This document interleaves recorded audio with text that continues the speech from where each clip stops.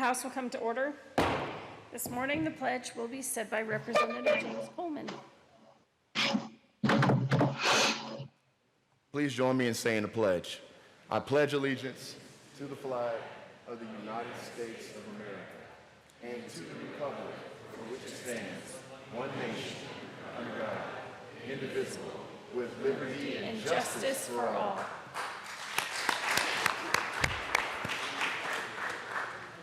Mr. Gregorio, please call the roll. Representatives Arndt, Baisley, Benavides,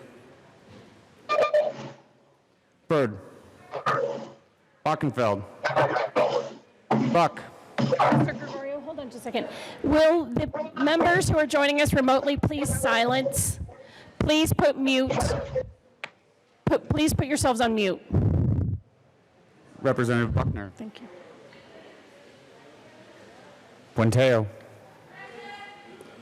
Caraveo, Carver, Thank you. Catlin, Champion, Coleman, Cutter, Duran, Escar, Exum, Crowley, Garnett, Geithner, Gonzalez Gutierrez, Gray, Herod, Representative Herod, Excused. Holtorf, Hooten, Humphrey, Jackson, How do I mark her? Oh, excused. Okay. Hawkes Lewis,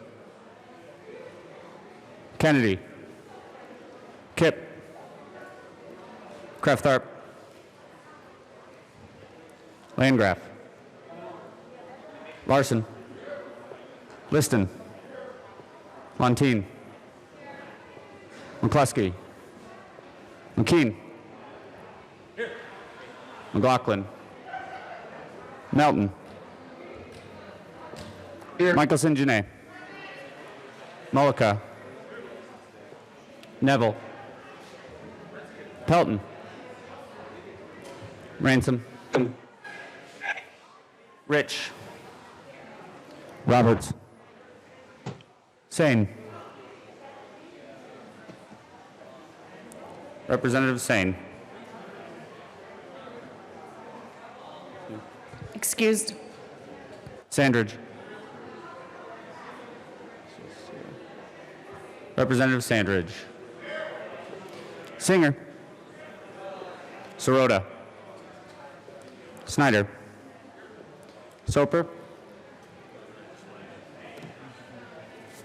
Representative Soper, Excused. Sullivan, Tipper, Tatone, Valdez A, Valdez D, Van Winkle, Weissman, Will, Williams, Wilson, Woodrow, Young. Madam Speaker.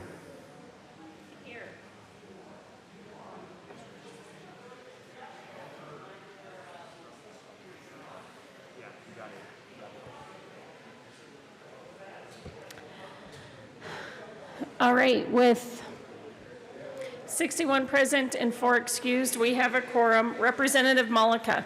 Thank you, Madam Speaker. I move that the Journal of Thursday, May 28th be approved as corrected by the Chief Clerk. You all have heard the motion. All those in favor, please say aye. Aye. All opposed, say no. No. No. Yes. I'm so glad to hear that this morning, Representative Milton. The motion passes. We're going to just introduce some committees of references. So, Mr. Gregorio, please read reports of committees of reference. Committee on Finance, after consideration on the merits, the committee recommends the following. House Bill 1025 be postponed indefinitely. House Bill 1059 be postponed indefinitely. House Bill 1115 be postponed indefinitely. House Bill 1119 be amended as follows and be so amended be referred to the Committee on Appropriations with favorable recommendation. House Bill 1142 be postponed indefinitely. House Bill 1180 be postponed indefinitely. House Bill 1184 be amended as follows and be so amended be referred to the Committee on Appropriations with favorable recommendation. House Bill 1193 be postponed indefinitely. House Bill 1224 be postponed indefinitely. House Bill 1265 be amended as so be amended be referred to the Committee on Appropriations with favorable recommendation. House Bill 1285 be amended as follows and be amended to refer to the Committee on Appropriations with favorable recommendation. House Bill 1298 be postponed indefinitely. House Bill 1299 be postponed indefinitely. House Bill 1303 be postponed indefinitely. House Bill 1304 be postponed indefinitely. House Bill 1320 be postponed indefinitely. House Bill 1339 be postponed indefinitely. House Bill 1352 be postponed indefinitely. House Bill 1376 be referred to the committee, be referred favorably to the Committee on Appropriations.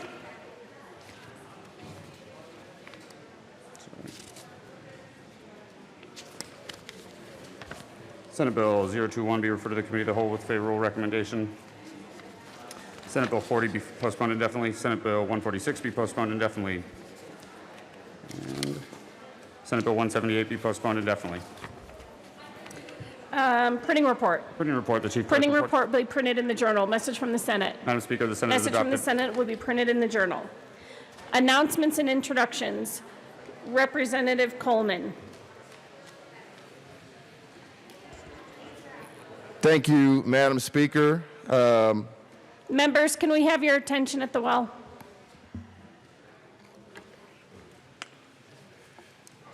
Thank you, Madam Speaker. Members, thank you so much for giving us an opportunity to share this morning. In asking for a moment of privilege, maybe I should ask first, Madam Speaker, may I have a moment of privilege? You may. Thank you. We wanted to do two things, but the first is very important, and that is recognize and also have a moment of silence for George Floyd. You don't have to reiterate what happened. All of us do know. And I don't think anyone in this chamber agrees what happened was right.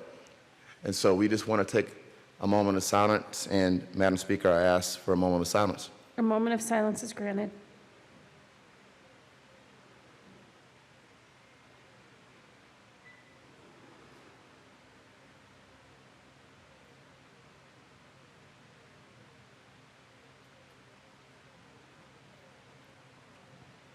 Thank you, Madam Speaker.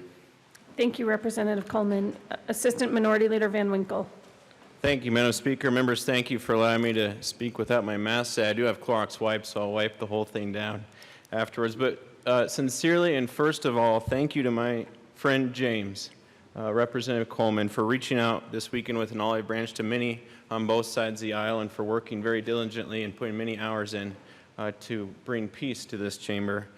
And he did it really at a time when it was the last thing on many of our minds. Members, please be seated. I can't speak for anyone else, but I think some folks may be able to relate to my story, which is this all began for me personally in my heart over worry over an unseen virus. We were told we had to stay home for 2 weeks, and then that turned into 2 months, and it brought a lot of fear and uncertainty to our lives that was ready to turn into anger. And that anger for me turned towards a policeman 1,000 miles away in a state I've never been to, a person I've never met, but I was angry because he did not value life, did not serve and protect, and did not have the eyes to see or ears to hear what was happening right before him. And I'm very angry that George Floyd and his family now have to pay the price for that. But more anger builds in me, anger not just at Minneapolis policemen, but at those who would take advantage of this situation and respond themselves by bringing more violence and more crime and more fear. I have anger for those who would use slingshots, explosives, and cars to bruise and batter our police and honorable state patrolmen, to terrorize the faithful working for Colorado like Robin, and the faithful here at the front desk and our budget team working across the street as our Capitol filled with tear gas. I feel anger when I see our Civil War Minuteman and our Veterans Monument, things that represent the best in us, defaced or destroyed. But in the midst of the anger, in the midst of the rage, there are people like Representative Coleman who reach out. And eventually in my soul, there comes a still, quiet voice, a whisper among the fire and storm that engulfs us, that simply says, "Be still." And I remember it is well with my soul. And I remember that there is a God, and I'm not him.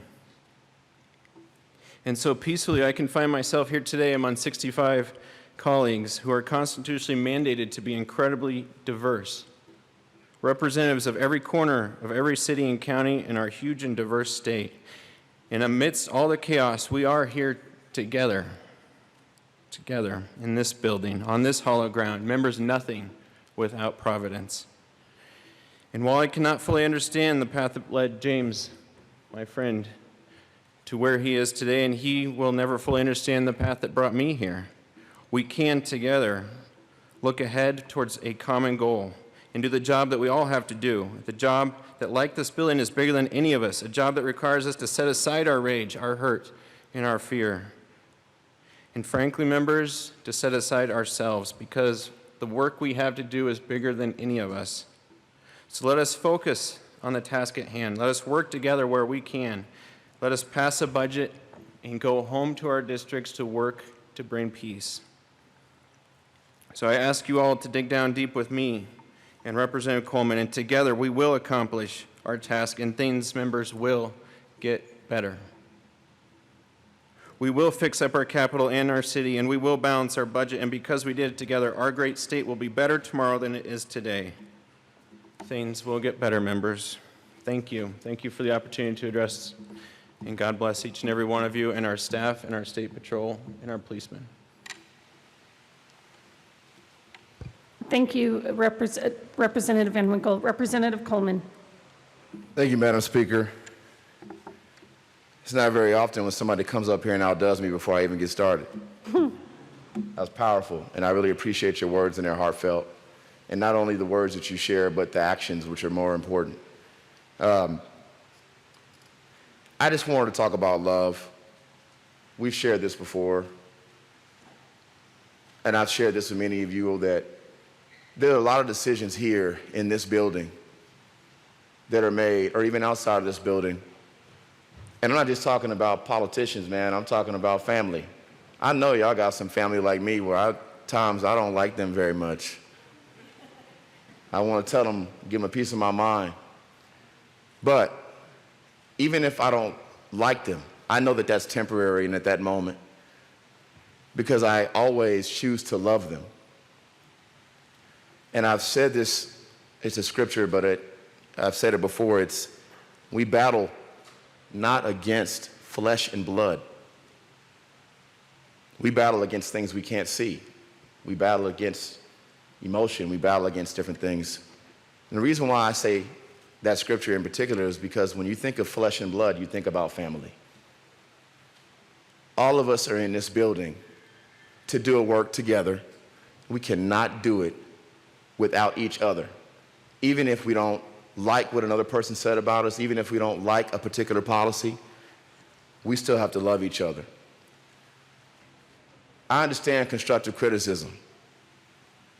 Speaking to somebody in a hope that whatever they have done, whatever they've said, that their behavior will improve. But I also recognize when it's not helpful, it's hurtful. I recognize when someone is saying something to me in love because they want me to be better. This happened with Senator Bob Rankin. I've known Bob, I think, longer than most of the folks I've known personally here in this chamber. And Bob came to me after I was in office for the first 2 years. It was last year, my third year. It was him and Joyce.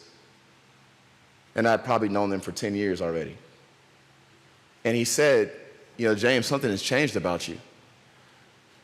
It seems like you've lost your humility. When you came in, you were really quiet, you were humble, but I started noticing a change in you. Now, I could have heard that, and I could have got really offended. Could have said, who you think you're talking to, Bob? But instead, I thought about why he would even take the time to tell me that. See, it's a different perspective. Someone being rude to me or someone saying, look, man, if I didn't care about you, if I didn't love you, I wouldn't tell you. And honestly, it really wasn't him that told me that. It was God that told me that. Because he was right. That was only something that I would know. No one else, if someone else had heard that, but I had had some moments of pride in my heart. And I could have got upset because it stung, it hurt, it was the truth.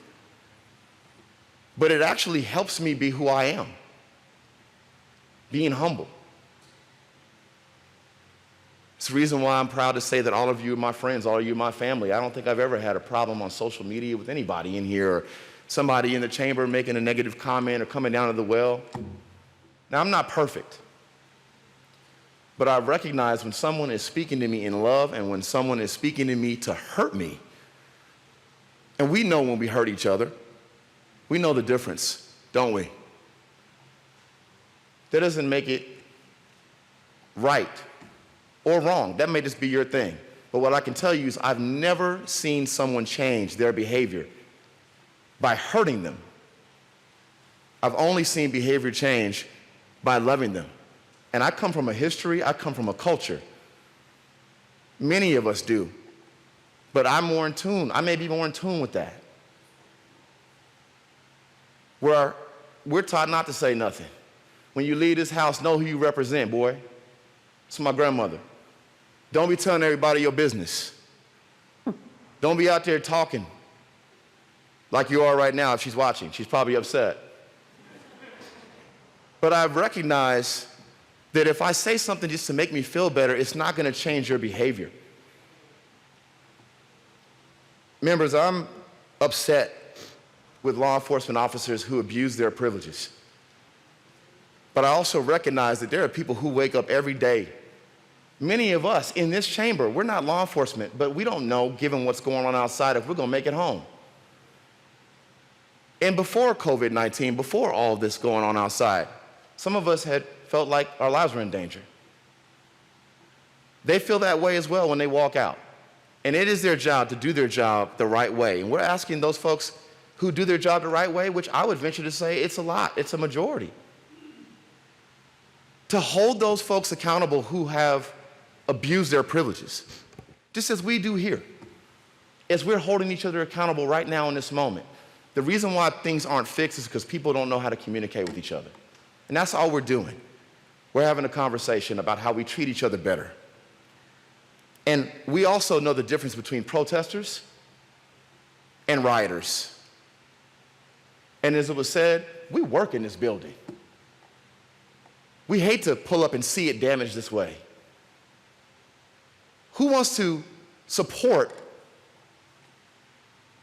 folks who are coming to damage what is ours? This is our city. This is our state. And there may be folks who are from here or not from here, and they do not belong here if they intend to harm us.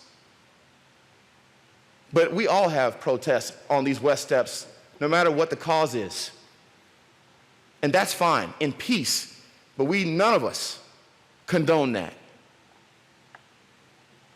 The last thing I want to say, and why I felt passionate and why I wanted to reach out, and I was so grateful that I had a chance to speak with Kevin, speak with Dave, speak with Pat,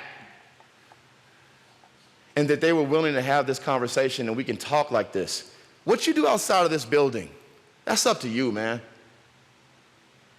I hope that you model the same behaviors outside of the building that you do in the building, yeah? Of course. But what you do outside of this building, I'm not as worried about. Before Marilyn Edens retired, she said to me in tears that the reason why I'm retiring are many. The reasons why I'm retiring are many, but one of the reasons that I can't be here anymore is because of the way you all treat each other. And we have these conversations like this, and we love each other, and then we go back and we do the same stuff again. We only got 2 weeks. I'm hoping for the next couple of weeks, or however long we're going to be here because we keep delaying, that in that short amount of time, out of 52 weeks in a year, If you want to disagree with the bill, if you feel like you have to come down, filibuster, do that. But don't do it in the name of another individual. Don't do it in the name of George Floyd. Don't do it to hurt one of your colleagues. Do it because you disagree with the bill. That's fine. But let's treat each other right. Let's honor Maryland in that. And one last thing I'll say, one of my colleagues said something that was true. He said, you know, every time someone says something about me in a negative way, or I feel like they say something about one of my colleagues, I feel like I got to say something. And I absolutely agree. I should have said something on behalf of Maryland by now. But I didn't. I just sat there in the back, stayed quiet, and watched it happen. So I'm just as at fault as anybody in here. I love y'all, man.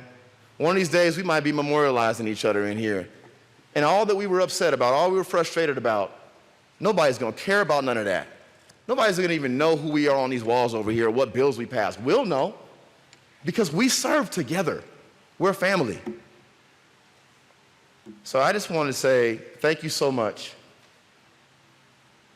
for loving me. I was going to call out all of y'all names and tell you I love you, but I don't want to embarrass you. Because they know. Sometimes y'all may not know that. They know. I send a text to them every day, and they're probably tired of it. But if you didn't know, I love you. Thank y'all. Appreciate it.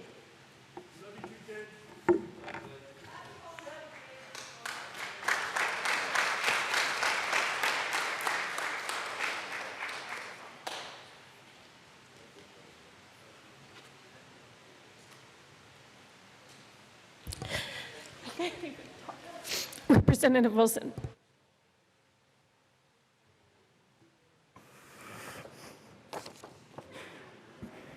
Thank you, Madam Speaker. All I've got to say, James, is right on, brother. I want you to all pick up this announcement, the one that many of you ignore each week. If you don't think God works, look what the title is of tomorrow morning's study. The fundamental test of genuine faith. If you are folks of faith, and I hope every one of you are, please join us tomorrow morning. If there's ever a need in this chamber for us to get together and pray together as Christian brothers and sisters, now is the time. So check it out. We will be meeting there tomorrow morning. I would love to see many of my Christian brothers and sisters there tomorrow morning. On a lighter note. And there's some others who may not be Christians who are interested in being a part of your prayer. If you're interested, Representative Wilson, one of them's looking at you right there. Yes. Okay. Representative Wilson. Thank you, Madam Speaker. 39 years ago this morning, I woke up beside this young lady.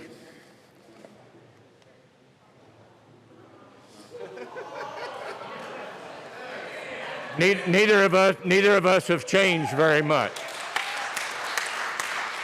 But that was 39 years ago, and for those of you that wonder if I've ever shaved my beard, it goes a lot further back than that.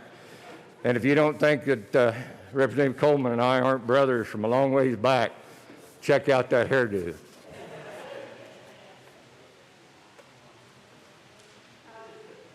Representative Gray. Thank you, Madam Speaker. I'm going to break the rules a little bit because this isn't an authorized announcement. Some of you have been helping me out the last few days. My dad has been in the hospital and had some health issues that got pretty serious for a while. You don't need to stand. It's okay. It's good news. It's good news. But a lot of you and folks from both parties have been supporting me during that time. And I'll make a quick note. One is this is a really hard time to be sick. He didn't have the COVID. He had, he had some other things. But this is a hard time to be sick because what I wanted to do more than anything else is get on a plane to Arizona, and I couldn't do it. And what my mom wanted to do more than anything else is to go be with her husband while he was sick, and she couldn't do it. And that's not unique to my family. I mean, being sick is hard anytime. But this is a really hard time because you're sick alone, and your loved ones are alone, and everybody's alone while you're being sick, and it's hard enough to be sick. But the reason I came down to the well today is because my brother is with my dad, my mother's with my dad because he's at home right now, and I texted him and told him to watch online right now. My dad is home, and he is well. So pray for the ones around you. Take care for the folks around you who are sick, and hi, Dad, I hope you're doing great.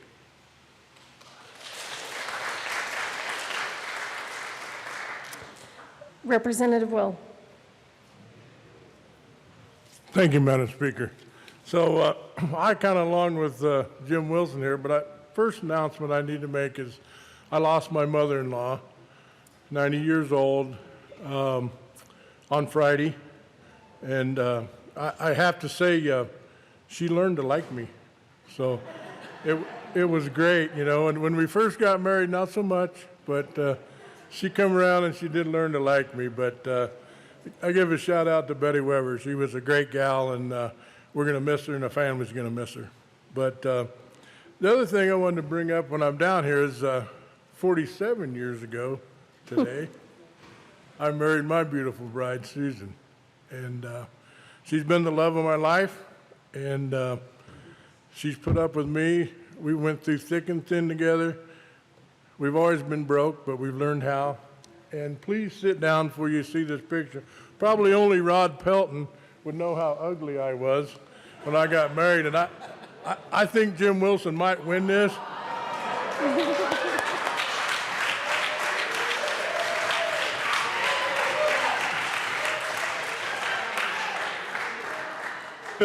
I swore I'd never show that picture to anyone, and my wife really wanted me to, and so that was me 47 years ago. Madam Speaker, it took 47 years to look this good. So, thank you. Congratulations, Representative Will. Representative Catlin. Thank you, Madam Speaker. It's an honor to serve with you. It is an honor to serve with you, Representative. I need to take this muffler off. I've got some things I'd like to say. Today's an important day to me. I come back to the House, and I see the damages and all of the things, but I also see all of you. That shows me that you've got the same kind of character and the same kind of nerve that we raise out there on the Western Slope. And that's something I think is admirable for all of you. I don't want to get off on the track of going down the track of talking about all the things. We've heard plenty and spoke to all of our hearts. So what I'm here for is to say that this is a very big day. My youngest boy drove out of the yard today on his way to his first job.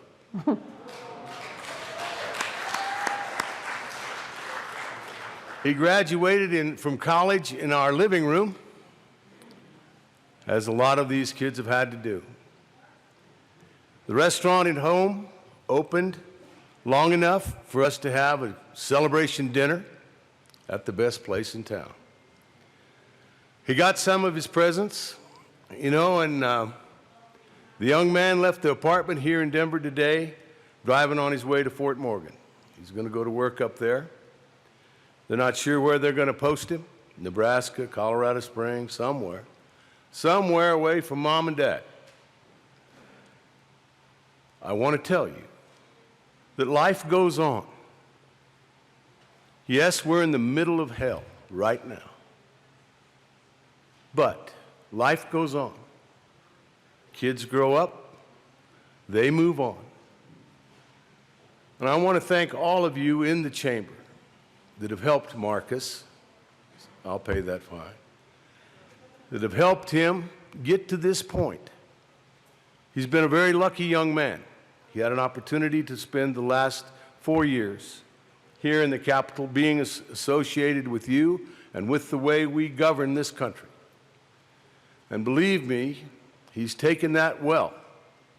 He's the most involved young man that I've ever been around.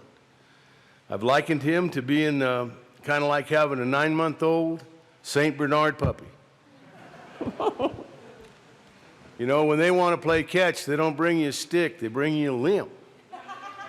And they keep bumping you to, I want to play, I want to play, I want to play. But that's the way he's been.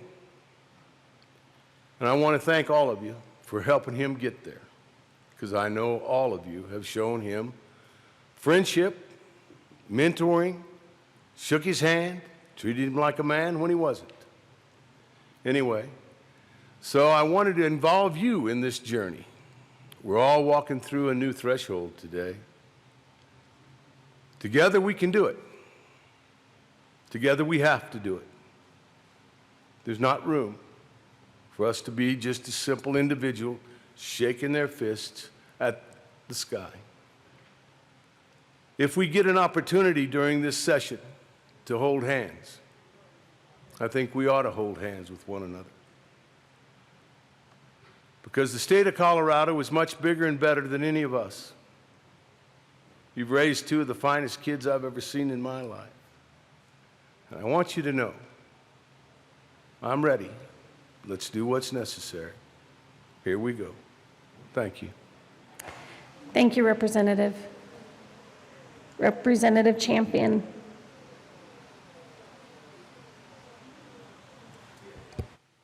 Thank you, Madam Speaker. This is not a moment of privilege, but it's an informational, if I may. Being in the service for 6 years, I learned what it's like to get tear gassed. And this is just to keep everybody so they know what's going on. When you get tear gassed, and hopefully none of you will, the worst thing that you can do is rub your eyes. Absolutely do not rub your eyes. Go into the wind and let the wind blow, because the CS gas is a powder and it'll flow off of you. I've been tear gassed way too many times, so I just want to make sure that you understand that that is something that you do not want to do. Do not rub your eyes, okay? Thank you. Majority Leader Gurnett. Thank you, Madam Speaker, and Representative Catlin. Congratulations to Marcus. I wish him the best on his journeys ahead. I just want to do a quick announcement on what we're doing today. I stayed up and for 2 hours last night, built a special orders calendar, and then I looked at the calendar, and they're pretty much the same thing. So instead of going with the special orders calendar, we're going to go with the regular calendar. But to this side of the aisle, I want to say sorry about that, because the tails of the whip is built off of the special orders calendar. But if you, oh, you got a new one. Very good. Okay, very good, very good. So we're going to do second reading today. Then we're going to break to do our caucuses on the budget amendments. And then we'll be back at it tomorrow. So with that, Madam Speaker, I think we can just proceed forward with the calendar as is. The next order of business is general order, second reading of bills. Representative Gonzalez-Gutierrez.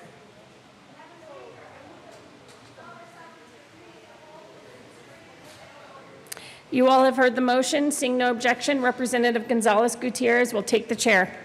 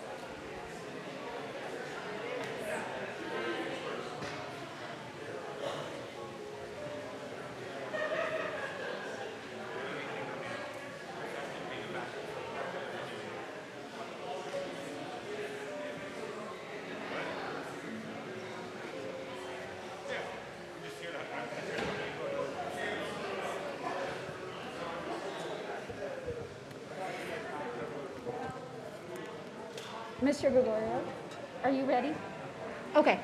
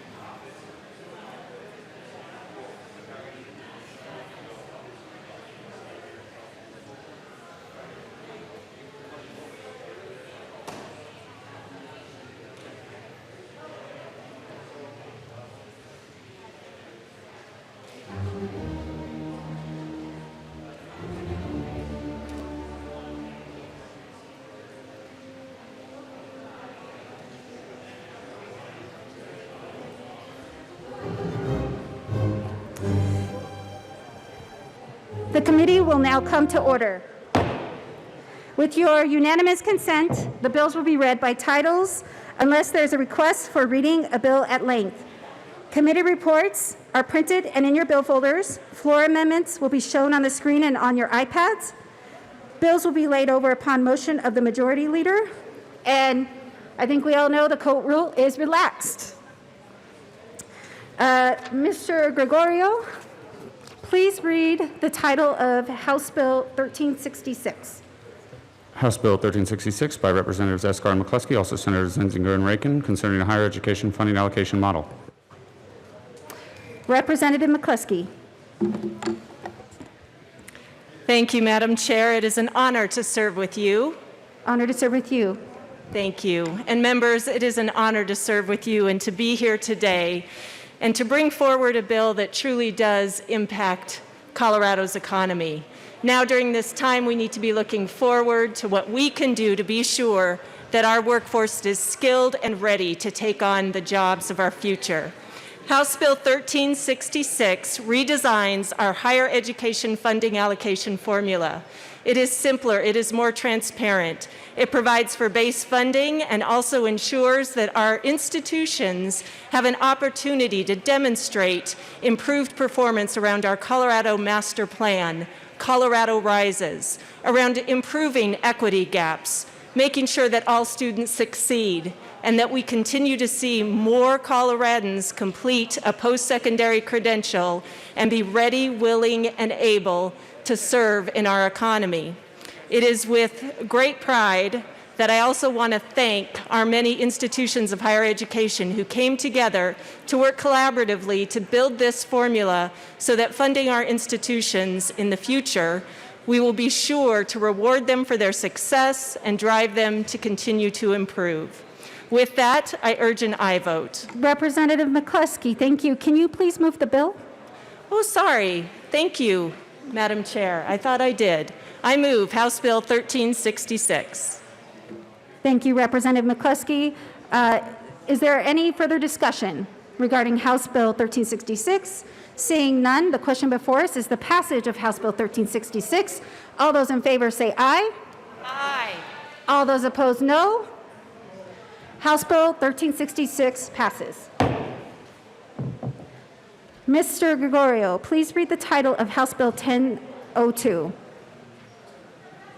House Bill 1002 by Representatives McLaughlin and Baisley, also Senators Zenzinger and Story, concerning a statewide plan for awarding college credit for work-related experience.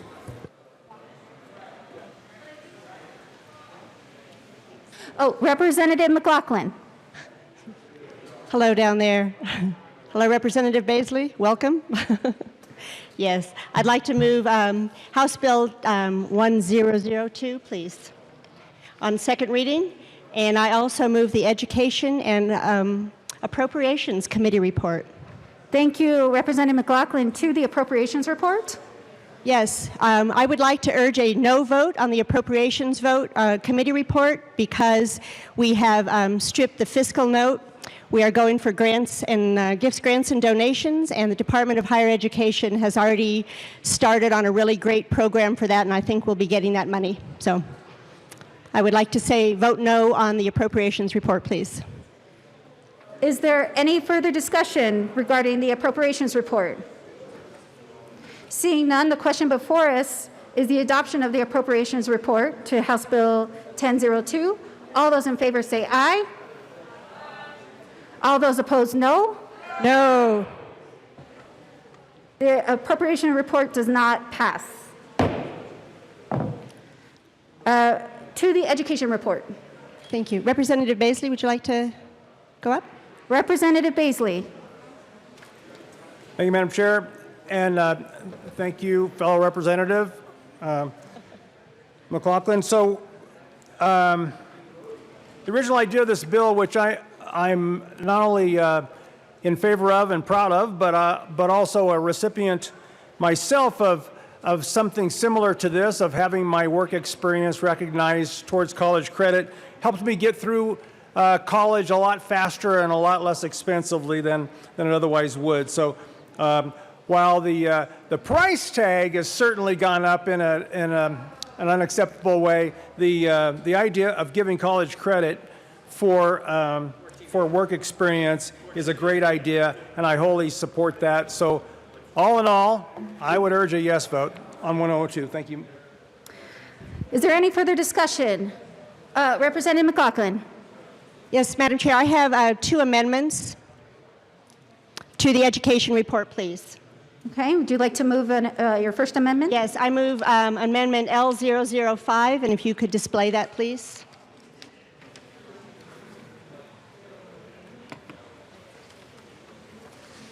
Okay, the amendment is before us, is displayed. Please continue. Thank you. Yes, this bill directs the department to develop a plan to award these transferable college credits for completion of industry credentials, professional licenses, and CTE awards. And this makes it a report and makes it a study, and we ask for the gifts, grants, and donations to fund this. Is there any further discussion on Amendment L005 to the Education Committee report? Seeing none, the question before us is the passage of Amendment L005. All those in favor say aye. Aye. All those opposed, no. Amendment L005 passes. Representative McLaughlin. Thank you, Madam Chair. I also offer L006 to the education report, please.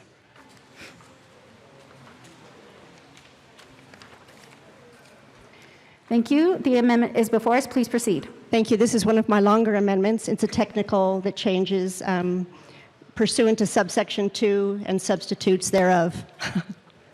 Is there any further discussion regarding Amendment L006 to the Education Committee report? Seeing none, the question before us is the adoption of Amendment L006 to the Education Committee report. All those in favor say aye. All those opposed, no. Amendment L006 passes. To the Education Committee report, Representative McLaughlin. Yes, this is, we approve this. This helps students in many ways. It does 2 things. It helps people who are in the workforce get credit for their workforce experience and to give them college credit. It also helps students who are in college already, who can test out of a class, that they can test out without paying the money. And it'll save them a lot of money in college, and it'll get a lot of more students into higher education.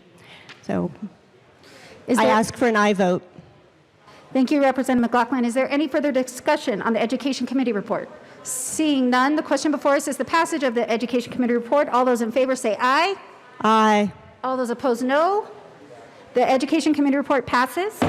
Representative McLaughlin to the bill.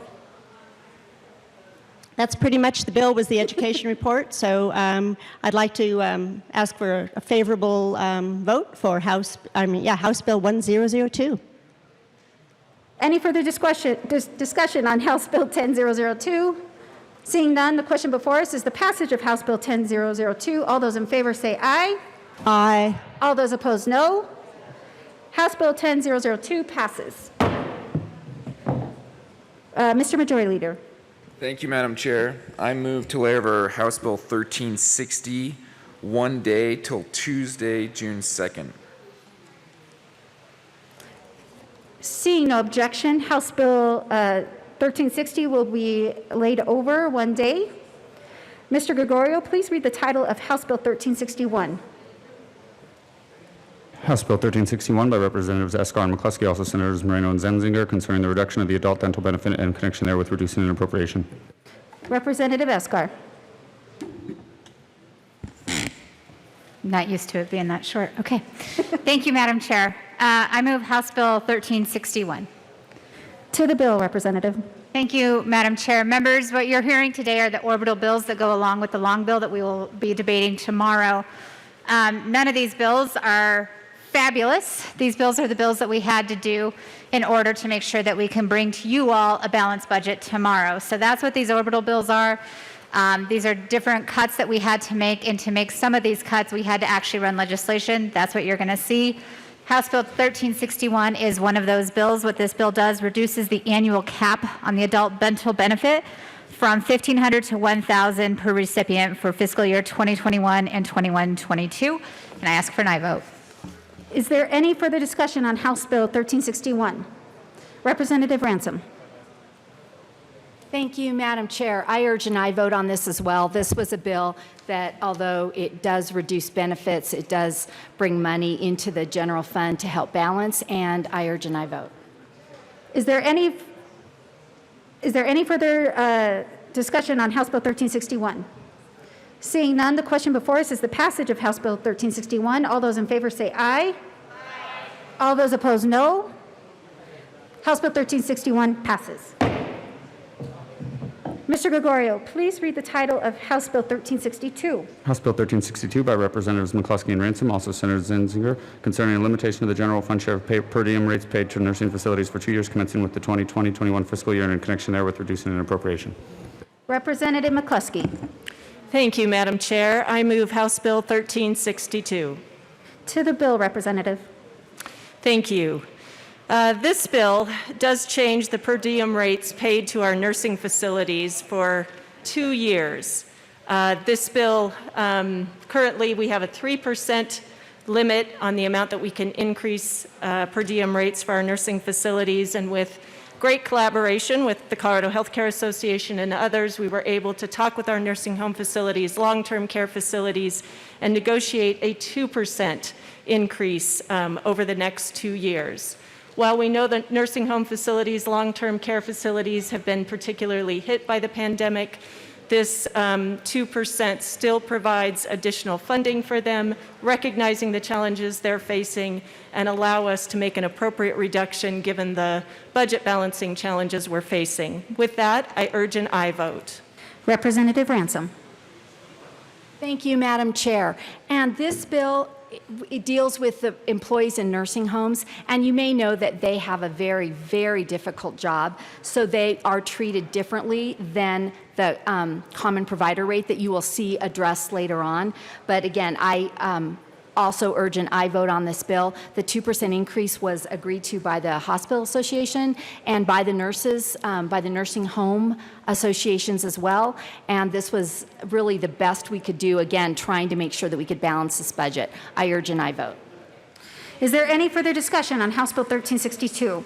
Seeing none, the question before us is the passage of House Bill 1362. All those in favor say aye. All those opposed, no. House Bill 1362 passes. Mr. Gregorio, please read the title of House Bill 1363.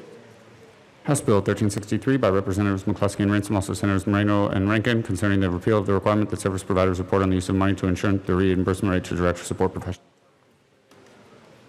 Representative McCluskey or McCluskey. Thank you, Madam Chair. I move House Bill 1363. To the bill, Representative. This is pretty straightforward. This repeals a requirement that our service providers need to report the money to increase reimbursement rates to direct support professionals.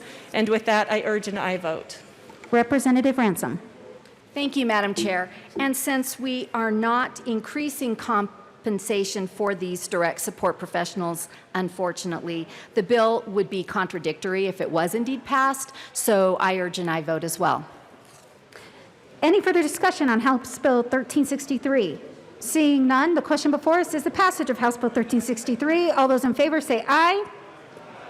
All those opposed, no. House Bill 1363 passes.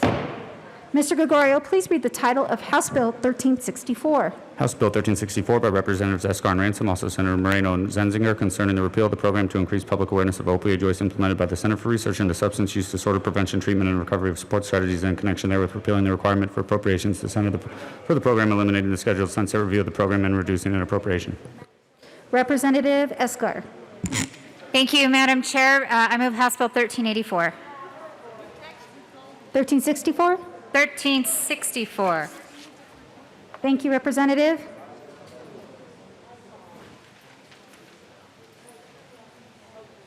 Please continue.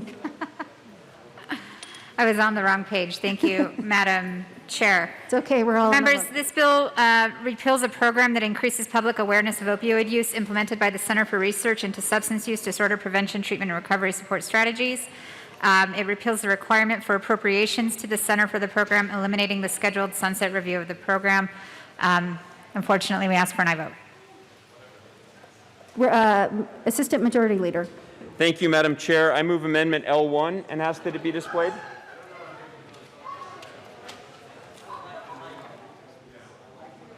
Amendment L001 has been moved and properly before us. Please proceed.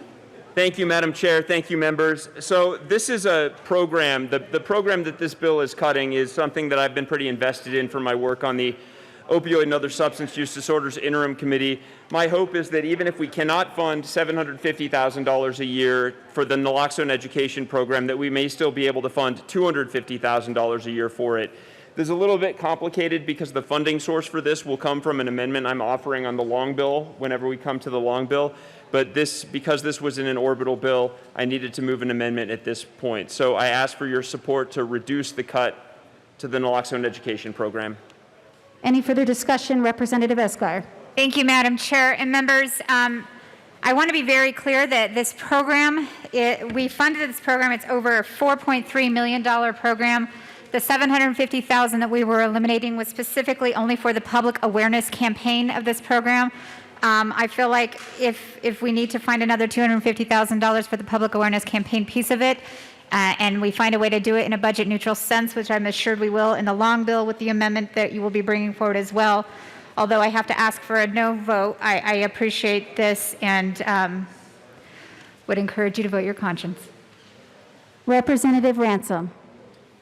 Thank you, Madam Chair. And I'll take that a step farther and urge a no vote on the amendment. This is only the public awareness piece. The program is still in place. This is not taking away this program for substance abuse. This is just the public awareness, i.e. the advertising portion. So I urge a no vote on the amendment. Mr. Minority Leader. Thank you, Madam Chair. Members, I also urge a no vote. I think when we're in a situation where we're looking at literally gutting the seniors' homestead exemption, every penny does count, and we shouldn't be funding other things until we've fully funded that. Is there any further discussion on Amendment L001? Seeing none, the question before us is the passage of Amendment L001. All those in favor say aye. Aye. All those opposed, no. No. That amendment passes. To the bill. Representative Escar. Thank you, Madam Chair. Members, once again, I want to be sure no matter how you voted on that amendment, I want to rest assured those of you who I know who have been working tirelessly in all parts of this state to fight the opioid crisis, which still exists whether we're in a pandemic or not, we still have an opioid crisis. And we wanted to make sure that the program that was created actually still stood. That program was added in Senate Bill 228 last year, and I think it was a collaborative, bipartisan bill that really brought this program to light. This is simply the public awareness program piece of that. I ask for an aye vote. Is there any further discussion on House Bill 1364? Seeing none, the question before us is the passage of House Bill 1364. All those in favor say aye. Aye. All those opposed, no. No. House Bill 1364 passes. Mr. Gregorio, please read the title of House Bill 1365. House Bill 1365 by Representatives Escar and McCluskey, also Senators Rankin and Moreno, concerning the fiscal sustainability of History Colorado. Representative Escar. Thank you, Madam Chair. I move House Bill 1365. To the bill. Thank you, Madam Chair. Members, House Bill 1365 is specifically for History Colorado. It's several provisions to improve the financial position of the State Historical Society, History Colorado. Specifically, the bill transfers amounts from the Capital Construction Fund to the Museum and Preservation Operations accounts for the State Historical Fund, basically taking the remainder of what's left of the $1 million that was originally transferred to paint the interior of the Capitol Dome to History Colorado and actually authorize the State Historical Society to direct the treasurer to transfer a total of $1 million from the Preservation Grant Program account to the Museum and Preservation Operations account. For those of you who may not know, the State Historical Society, History Colorado, faces a dramatic decline in available revenue due to the closure of the casinos that provide gaming tax revenue, as well as other impacts from the pandemic that reduce History Colorado's earned revenue. We ask for an aye vote. Is there any further discussion on House Bill 1365? Seeing none, the question before us is the passage of House Bill 1365. All those in favor say aye. All those opposed, no. House Bill 1365 passes. Mr. Gregorio, please read the title of House Bill 1367. House Bill 1367 by Representative Ransom, also Senator Moreno, concerning the reallocation of state sales and use tax revenue from the older Coloradans cash fund to the general fund for the state fiscal year of 2020 to 2021. Representative Ransom. Thank you, Madam Chair. I move House Bill 1367. To the bill, Representative. Thank you, Madam Chair. This bill was one that I think nobody really wanted to have, but again, there were federal dollars that replaced the money that we moved from the older Coloradans cash fund. This is state sales and tax use revenue that would be directed towards the older Coloradans cash fund. It's in an amount of $10 million. We reduced that to $8 million and moved the other $2 million to the general fund for balancing purposes. Again, I will mention that federal dollars were provided to the older Coloradans and the seniors in both the Families First and the CARES Act. So with that, I urge an aye vote. Is there any further discussion on House Bill 1367? Seeing none, the question before us is the passage of House Bill 1367. All those in favor say aye. All those opposed, no.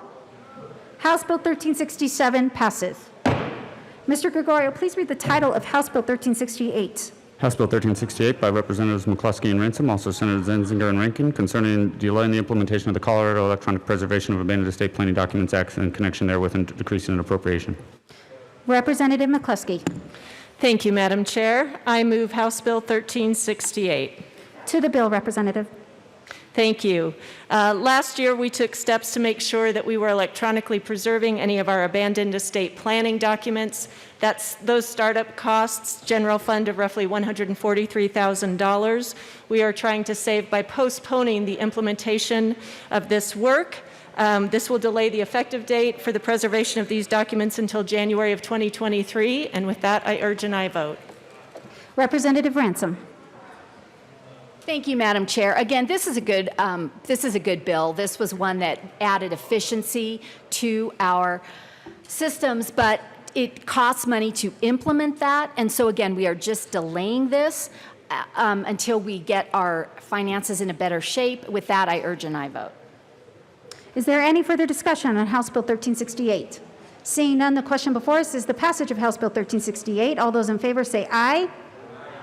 All those opposed, no. House Bill 1368 passes. Mr. Gregorio, please read the title of House Bill 1369. House Bill 1369 by Representatives McCluskey and Ransom, also Senators Zenzinger and Rankin, concerning reducing the annual appropriation for prosecution training. Representative McCluskey. Thank you, Madam Chair. I move House Bill 1369. To the bill. Thank you, Madam Chair. This bill is a reduction, not an elimination, of funding that goes to our Colorado District Attorney's Council to help provide prosecution training for deputy district attorneys. I really want to thank our district attorneys for stepping forward, working with us. We were able to find a reduction that still helps us bring balance to our budget, and preserve this very important training, which we know particularly in rural Colorado makes a difference. With that, I urge an aye vote. Representative Ransom. Thank you, Madam Chair. I also urge an aye vote on this, folks. It was a bill that was that is in statute. We have this $350,000 that goes to the training piece. And speaking with, I know my DA in my district, who lives in my district, he was in favor of taking their share, and he said that they could work with it if we just decreased part of it. So we moved out $150,000 of that, leaving $200,000 for their training for 1 year only. With that, I urge an aye vote. Is there any further discussion on House Bill 1369? Seeing none, the question before us is the passage of House Bill 1369. All those in favor say aye. All those opposed, no. House Bill 1369 passes. Mr. Gregorio, please read the title of House Bill 1370. House Bill 1370 by Representatives Escar and McCluskey, also Senators Moreno and Rankin, concerning transfers from the Unclaimed Property Trust Fund to the Housing Development Grant Fund to expand the supply of affordable housing statewide. Representative Escar. Thank you, Madam Chair. I move House Bill 1370. To the bill. Thank you. Members, what this bill specifically does, the title's a bit misleading. This bill specifically is House Bill 1322 that passed out of this General Assembly and signed by the governor last year. It said that beginning in fiscal year 2021 and for 3 fiscal years, that there would be a transfer of $30 million each year from the Unclaimed Property Trust Fund to the Housing Development Grant Fund to support provisions for affordable housing statewide. This bill simply delays that starting date of that first transfer by 2 fiscal years. I ask for an aye vote. Is there any further discussion on House Bill 1370? Seeing none, the question before us is the passage of House Bill 1370. All those in favor say aye. All those opposed, no. House Bill 1370 passes. Mr. Gregorio, please read the title of House Bill 1371. House Bill 1371 by Representatives Escar and McCluskey, also Senators Moreno and Zenzinger, concerning implementation of the Community Substance Use and Mental Health Services Grant Program and in connection therewith reducing an appropriation. Representative Escar. Thank you, Madam Chair. I move House Bill 1371. To the bill. Thank you. Members, this bill modifies provisions from a bill that we passed last year, House Bill 1263, required the General Assembly beginning in fiscal year 2021 to annually appropriate at least $1.8 million general fund to the Department of Local Affairs for the Community Substance Use and Mental Health Services Grant Program. This instead makes that program subject to available appropriations, taking the general fund dollars that we had and used it for balancing. Ask for an aye vote. Is there any further discussion on House Bill 1371? Seeing none, the question before us is the passage of House Bill 1371. All those in favor say aye. All those opposed, no. House Bill 1371 passes. Mr. Gregorio, please read the title of House Bill 1372. House Bill 1372 by Representatives Escar and McCluskey, also Senator Rankin, concerning the repeal of the provisions related to mine land reclamation. Representative McCluskey. Thank you, Madam Chair. I move House Bill 1372. To the bill. Thank you, Madam Chair. This bill repeals 2 transfers that are occurring from our severance tax operational fund. This consolidation and elimination of transfers helps streamline funding for the purposes of directly working for our core departmental programs. This is really a budgeting efficiency, and this bill became part of the budget balancing package prior to our departure in March. With that, I urge an aye vote. Representative Ransom. Thank you, Madam Chair. I urge an aye vote on this bill as well. This bill added some efficiencies, and as you heard from Rep. McCluskey, we were already working on this bill, trying to create this stream of revenue and in a very efficient manner prior to the current budget crisis that we're dealing with. So we were working on this back in January and February. Again, I've worked with Senator Rankin on this as well with the abandoned mines, and this just sets it up in a better manner and an efficient way. There's no net fiscal impact on this bill, and I urge an aye vote. Any further discussion on House Bill 1372? Seeing none, the question before us is the passage of House Bill 1372. All those in favor say aye. Aye. All those opposed, no. House Bill 1372 passes. Mr. Assistant Majority Leader. Thank you, Madam Chair. I move to lay over House Bill 1373 until the end of the second reading calendar. Seeing no objection, House Bill 1373 will be laid over till the end of the calendar. Mr. Gregorio, please read the title of House Bill 1374. House Bill 1374 by Representatives Escar and Ransom, also Senators Zenzinger and Rankin, concerning the repeal of the waste grease program and in connection therewith reducing an appropriation. Representative Escar. Thank you. Madam Chair, I move House Bill 1372. To the bill. Thank you, Madam Chair. Members, this is through all of the conversations we had in the last few months of trying to fill the $3.3 billion budget hole. We looked at a bunch of different programs and realized that this is one program. The waste grease program is primarily administrative with little to no actual inspection or enforcement capabilities. So this bill simply eliminates that program. Representative, we are on House Bill 1374, correct? Correct. Thank you. Is that what I moved? What's that? Did I move the right bill? I believe. Great. I ask for an aye vote on House Bill 1374. Representative Escar, I apologize, but can you move it just one more time just to make sure we have the right number? Thank you, Madam Chair. I move House Bill 1374 and ask for an aye vote. Thank you. Representative Ransom. Thank you, Madam Chair, and thank you to my co-prime for moving the bill. Yes, this is a bill that I agree with as well. I hope that you will vote yes on this. I urge an aye vote. Again, repealing a program that has not been really useful to this point, and so let's get it off the books. I urge an aye vote. Is there any further discussion on House Bill 1374? Seeing none, the question before us is the passage of House Bill 1374. All those in favor say aye. All those opposed, no. House Bill 1374 passes. Mr. Gregorio, please read the title of House Bill 1375. House Bill 1375 by Representative Ransom, also Senators Zenzinger and Rankin, concerning the repeal of the authority for the Division of Criminal Justice to expend an unused appropriation for the law enforcement grant program in the next state fiscal year without further appropriation. Representative Ransom. Thank you, Madam Chair. I move House Bill 1375. To the bill. Thank you, Madam Chair. This bill rolls forward the grant appropriation. It rolls forward, and it's another way to help us balance. I urge an aye vote. Representative Escar. Thank you, Madam Chair. I too urge an aye vote on House Bill 1375. Is there any further discussion on House Bill 1375? Seeing none, the question before us is the passage of House Bill 1375. All those in favor say aye. Aye. All those opposed, no. House Bill 1375 passes. Mr. Gregorio, please read the title of House Bill 1377.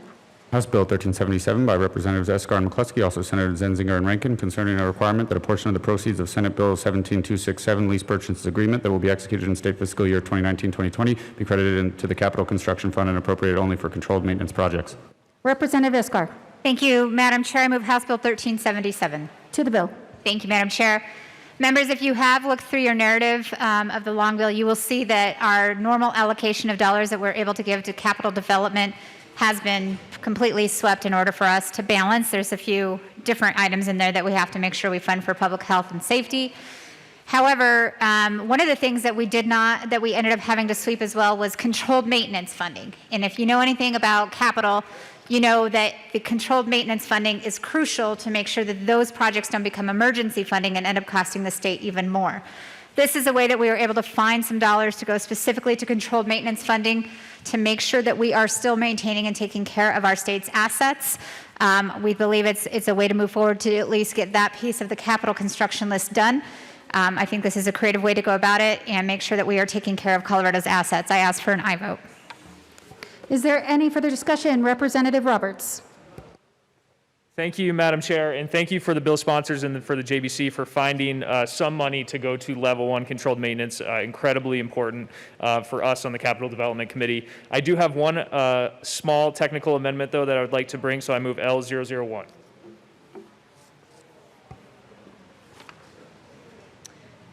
Amendment L001 has been moved and is currently displayed. Please proceed, Representative Roberts. Thank you, Madam Chair. Members, what this amendment does is change the projects that are eligible for this funding from controlled maintenance projects to controlled maintenance projects and capital renewal projects. This will allow us to fund two projects that have been on our list for quite some time, the UNC boiler project and the Adams State HVAC project. Capital renewal projects, for those who are wondering or who care, are level 1 controlled maintenance that are over $2 million. So they've just risen to a price tag that they get their own category, and we'd like to be able to fund those. We have the money within the bill that's going to come after this to fund them, so we would like to fund those two projects in addition to the controlled maintenance. I'd ask for an aye vote. Any further discussion on House Bill 1377, Representative Escar? Thank you, Mr. Chair. And Representative Roberts, thank you for the amendment. I was just curious if you could share with us if this was discussed in your Capital Development Committee meeting this morning, and if your colleagues on that committee agree with this. Representative Roberts. Thank you, Mr. Chair. Yes, thank you, Representative Escar. We voted to approve a bill this morning unanimously out of the Capital Development Committee that will allocate the funding that is granted through this bill. So the Capital Development Committee is in support of that bill that will allocate funding for these two additional projects. And we had unanimous support this morning. Representative Escar. Thank you, Mr. Chair. And I have to say I ask for a no vote because that's my role as the Joint Budget Committee. But to me, this actually makes a lot of sense. So I'll ask you all to use your common sense. These two projects that we're speaking of that this would include are actual controlled maintenance projects. They're just above the $2 million threshold to be on the regular controlled maintenance list the state architect puts together. So this, again, is fiscally responsible to make sure that those projects that are already over $2 million don't become emergency projects and end up costing the state more money next year when we will have even less money to deal with. Hearing the strident opposition of Representative Escar, are there any further comments on L001? Seeing none, the question before us is the adoption of L001. All those in favor, I didn't say. All those in favor, please say aye. Those opposed, no.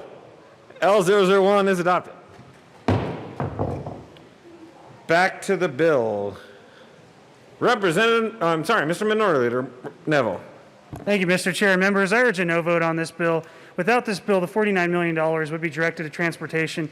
In the previous tranche of the first tranche of money that was listed, they did the same thing, found savings, and all that money went to transportation. This would actually take $49 million from transportation at a time where we've already zeroed out. We have $0 in the current budget for transportation. So I think the least we can do is $49 million, and I think we can find it for a lot of other good reasons other than just deferred maintenance. So I just don't think it's appropriate to do that at this time, so I urge your no vote. Representative Escar. Thank you, Mr. Chair. Members, I ask for an aye vote. This has nothing to do with the tranche. This is the interest on that tranche, the overall interest, and we're using it to save general fund money in the long term, because if our controlled maintenance is not taken care of, I guarantee you they will be emergency projects and we'll have no choice but to find money to fund them next year that we will not have. I ask for an aye vote. Further discussion on House Bill 1377. Seeing none, the question before us is the adoption of House Bill 1377. All those in favor, please say aye. Those opposed, no. Very passionate group today. House Bill 1377 is adopted. Mr. Gregorio, please read the title of House Bill 1378. House Bill 1378 by Representatives Escar and McCluskey, also Senators Moreno and Zenziger, concerning capital-related transfers of money. Representative Escar. Thank you, Mr. Chair. I move House Bill 1378. To the bill.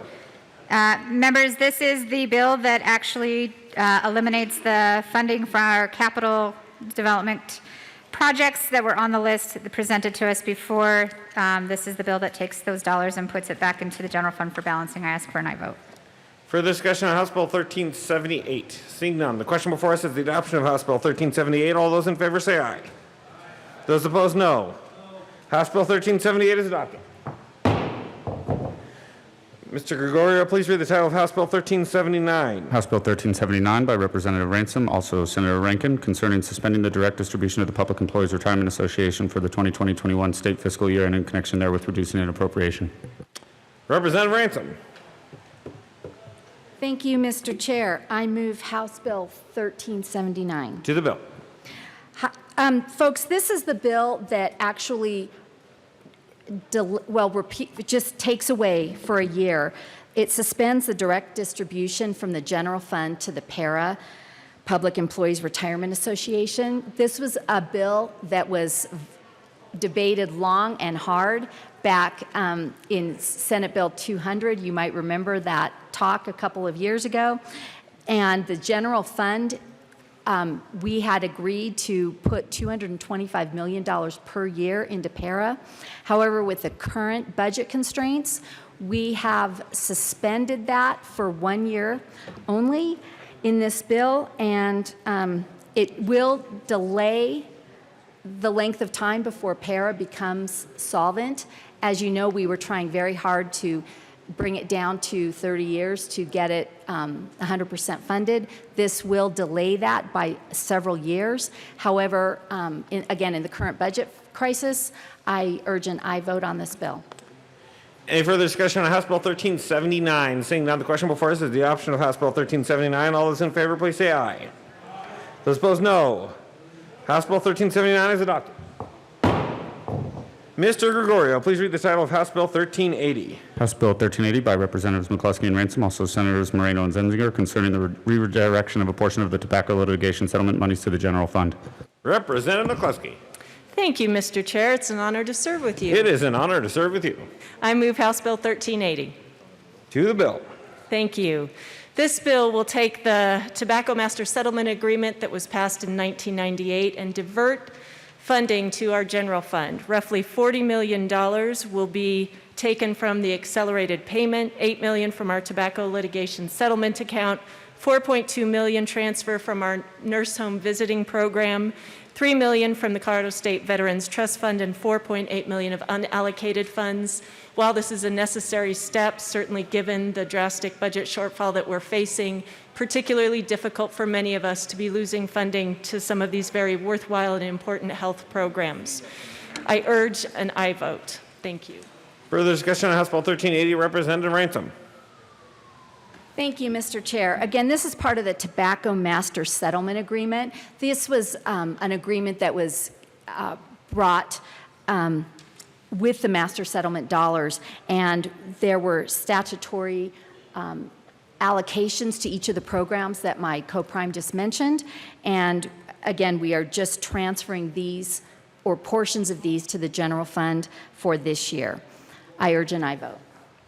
Further discussion on House Bill 1380. Seeing none, the question before us is the adoption of House Bill 1380. All those in favor, please say aye. Those opposed, no. House Bill 1380 is adopted.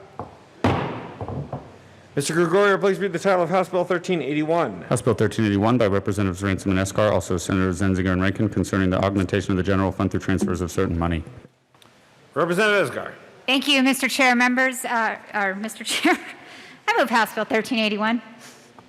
To the bill, Representative Escar. Thank you, Mr. Chair. Members, what this bill is when we were going through trying to fill the $3.3 billion hole that we are facing right now, is looking at all the different cash funds that exist within our budget.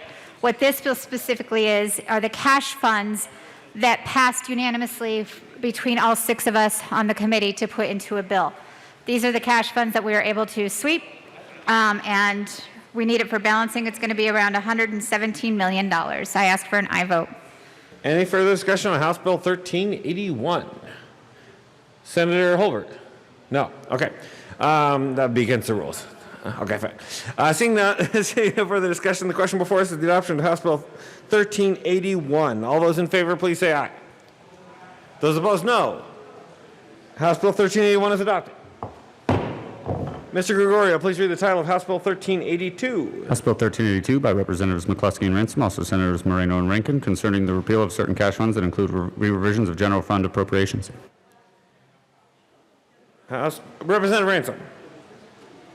Thank you, Mr. Chair. I move House Bill 1382. To the bill, Representative Ransom.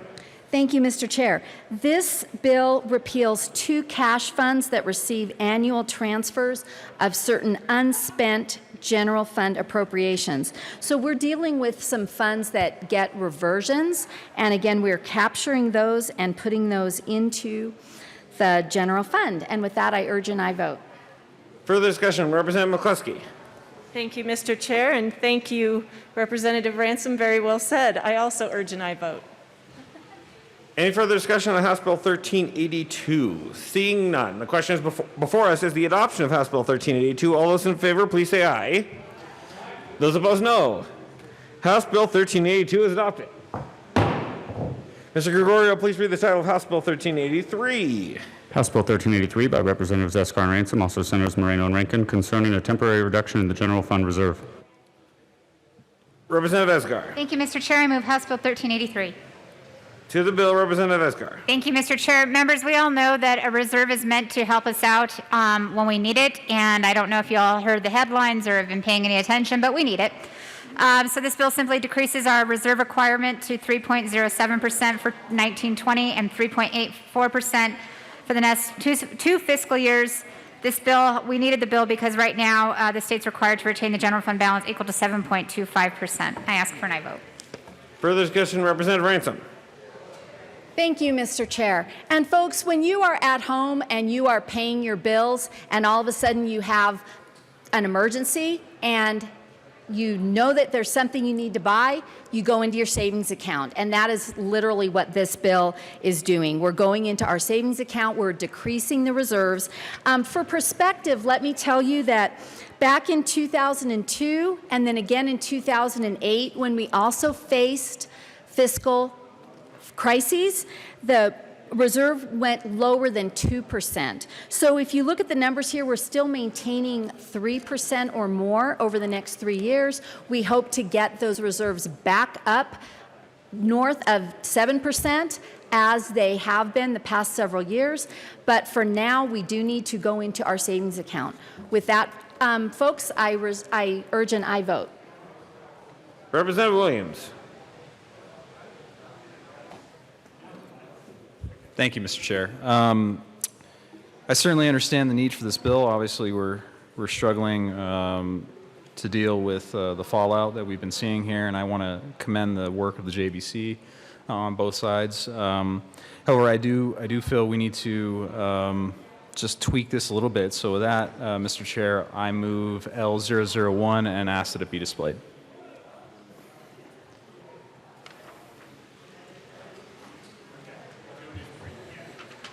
Thank you. House Bill Amendment L001 has been moved and properly displayed in a blurry way. Okay, now blurry, now clear. Okay, great. Displayed to the amendment, Representative Williams. Thank you very much, Mr. Chair. This is a fairly simple amendment, members. What it does is it increases the 3.84% for 2021 to 5.40%. The reason I'm doing this is because, and bear with me because we haven't necessarily gotten to, there's sort of a chicken and egg issue going on here, but the main intent and purpose of running this amendment is that there is talk about the senior homestead exemption. And I think, and there are amendments for the long bill which will be introduced that I think would help cover this, just as an aside. But the point is, we want to do what we can to make sure we're not balancing, balancing our budget or the shortfall off the backs of our seniors, and we want to make sure that we take care of them. And so that's why I want to raise it to this amount so that we can have an additional $164 million roughly going to the reserve so we can cover eventually senior homestead exemption. So I would ask for a yes vote. We're doing this for our seniors. And I ask that we show them some compassion. Thank you. Representative Escar. Thank you, Mr. Chair. And Representative Williams, I understand completely your want to increase this by $160 million. My question is, where are you going to get it from?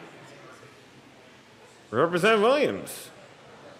Thank you, Mr. Chair. For the sake of adhering to the rules as best I can, because we're not actually on the long bill, I'll just say that there are going to be amendments to the long bill that will address that specific question. But for now, on this orbital bill, the amendment is simply to increase that so we can protect senior homestead exemption. Representative Esgar. Thank you, Mr. Chair. And I just want to make sure that I'm understanding you. You want to increase the reserve, which is statutory that we have sitting there for in case of emergencies, but somehow you want to take that back and give it to seniors. So we're not actually, you actually want to increase the reserve. You just want to make sure that we're able to not have to do the senior homestead. I just want to make sure I'm understanding, because this is just going to say increase what the reserves are sitting at, and that's what the reserves would sit at. That would be money just sitting in a savings account, and you want to increase that from what we've done. So I ask for no vote. Representative Sandwich.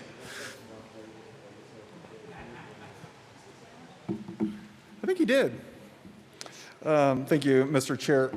Yeah, I stand in support of this amendment. It does help fund the homestead exemption. Well, let's look at this in a broader sense. During the COVID situation, I think the most vulnerable in our society were and are the elderly people. They've been affected most. They've been sick the most. I think this is the last time to strip them of this funding, of this exemption. Let's not attack our most vulnerable in society in the most sensitive time and find other monies to balance the budget on. Thank you. Representative Singh. Thank you, Mr. Chair. And I think we also need to remember this is about our elderly, but also 100% disabled veterans. And to them, this could be an emergency if they don't receive this exemption. So I'd urge a yes vote on this amendment. Further discussion on L001? Seeing none, the question before us is the adoption of Amendment L001 to House Bill 1383. All those in favor, please say aye. Aye. Those opposed, no. No. Amendment L001 is lost. To the bill, is there any further discussion on House Bill 1383? Seeing none, the question before us is the adoption of House Bill 1383. All those in favor, please say aye. Those opposed, no. House Bill 1383 is adopted. Mr. Gregorio, please read the title of House Bill 1384.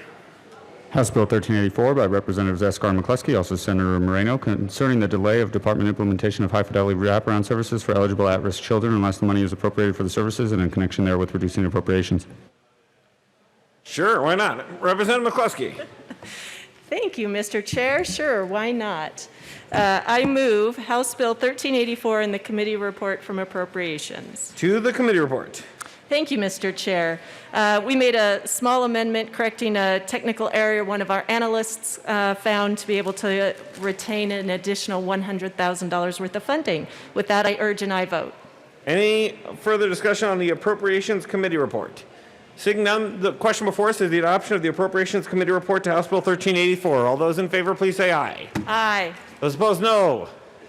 A resounding yes, the Appropriations Committee report is adopted.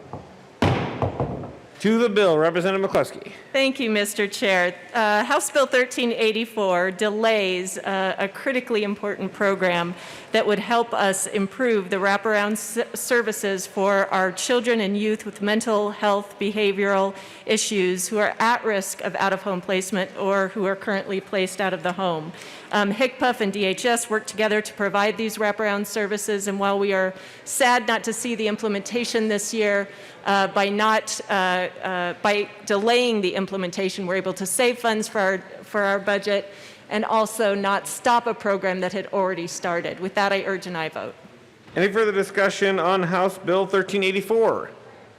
Seeing none, the question before us is the adoption of House Bill 1384. All those in favor, please say aye. Those opposed, no. A resounding yes, House Bill 1384 is approved. Mr. Gregorio, please read the title of House Bill 1385. House Bill 1385 by Representatives Escar and McCluskey, also Senators Moreno and Zenzinger, concerning the increased money received through the Federal Families First Coronavirus Response Act and in connection therewith making and reducing appropriations. Representative Escar. Thank you, Mr. Chair. I move House Bill 1385. To the bill.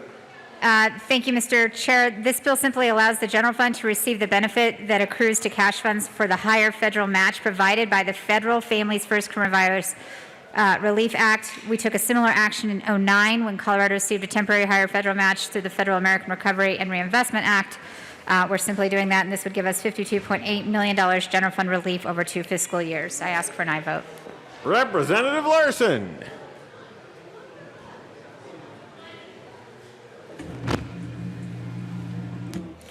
Thank you, Mr. Chair. It's an honor to serve with you. It is an honor to serve with you, and I'm assuming your face covering is based on the fact that you want to protect us and not that you're some sort of bandit. Representative Larson. I've always fancied myself a bank robber, so we'll see. Indeed. Anyway, members, I rise in strong opposition to this bill. And I think it's important we all understand what we are doing here. Members, I would ask for attention here because this is critically important, and I honestly feel like members, please direct your attention to the nobody is paying attention to what is going on here. The federal government, in recognition of an unprecedented pandemic, has given the states additional money to deal with a health crisis. How many times have I heard members come down here and talk about Medicaid, Medicare, the populations that they serve? How many, literally hundreds of times have I heard that? And now the federal government is plussing up the people on the front lines. These are the nurses. Some of them serve in this body with us. They are plussing it up in recognition of an unprecedented health crisis. And we are sweeping this money that is given to our state for health purposes into the general fund. And look, this is a difficult time that we're in. We're cutting an unprecedented amount of money from the general fund. I get it. But we just gave $1 million to History Colorado. We are giving money for maintenance to facilities. These are all difficult decisions, and I do not envy the people that sat on the JBC and had to make them. But this is totally unacceptable. This is a total misallocation of our priorities. If we, in a global pandemic, are taking money away from health providers, many of which are suffering, our hospitals, I know that many of us in this chamber have taken umbrage with some of the things that have gone on in our hospital system, but our hospitals are hurting right now.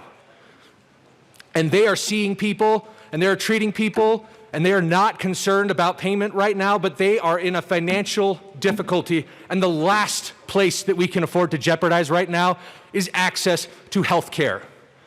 And the fact that we would think it acceptable to sweep an increase in Medicaid and Medicare, which we all know is dramatically below the cost of actually providing this care, into the general fund to pay for things that are worthy but certainly do not rise to the level of protecting health, is totally unacceptable. So I urge a strong no vote. I urge everybody to comb through this budget and go through it. And if there is one thing on there that you would not prioritize above the life of somebody receiving these services, then I don't know how you can vote for this bill. So please vote no. Representative Esgar. Thank you, Mr. Chair. And I just want to stand here for a moment and defend the Joint Budget Committee. What you just said is what we're doing is not what we're actually doing. What we're doing is the higher federal match reduces the general fund obligation for Medicaid. That's how it works. You get in federal dollars, it reduces your general fund obligation. We are not sweeping any money for health care. We are not sweeping access to health care. We did everything possible that we could during a pandemic and a $3.3 billion reduction to our budget to make sure the life, health, and safety of people in Colorado remain intact. So yes, I will stand here and defend what the Joint Budget Committee is doing, whether I love these bills or I don't love these bills. But we are not sweeping funds into the general fund. We are using the higher federal match that we are obligated and given from the federal government to be able to relieve the general fund obligation to Medicaid. I ask for a yes vote. Representative Jesse James. I'm sorry, Larson. It's a low blow. It's a low blow. With due respect to my colleague, that is literally the definition of a sweep. We were given money to match, to plus up the reimbursement rate. And now we are taking it and we are moving it into the general fund, which frees up money within the general fund to use for other purposes. And again, it is not an enviable task. I don't come up here with, this brings me no pleasure. I'm not saying that you didn't have an incredibly difficult task. I don't know that I could have cut $3.3 billion. I don't know how I would have prioritized it.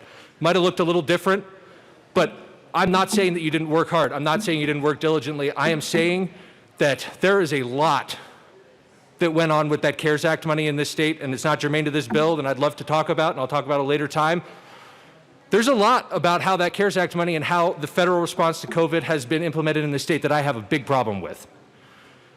But right now we're talking about the Medicaid plus up. And I am just saying, I think that people need to understand what is going on here. I don't think this is an issue that has been raised to the forefront. I would venture to say that many members might not fully understand that we even got a Medicaid plus up in the CARES Act funding. There was a lot in that bill. There's a lot tucked in there. I want to make sure that we know exactly what we are doing with this.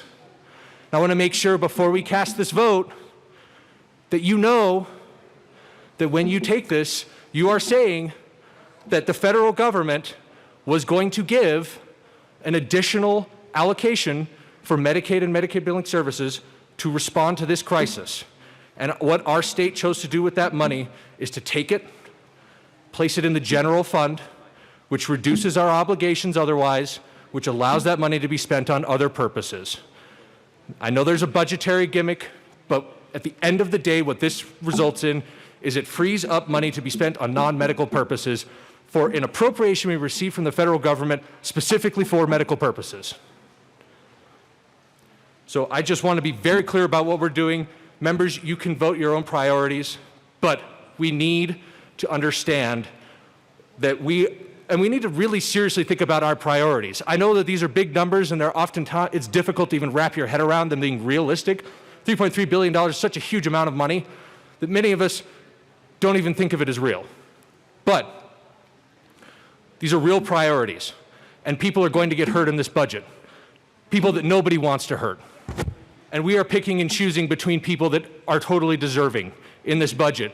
And I just want to make sure when we make big decisions like this that we understand who we are choosing over the other.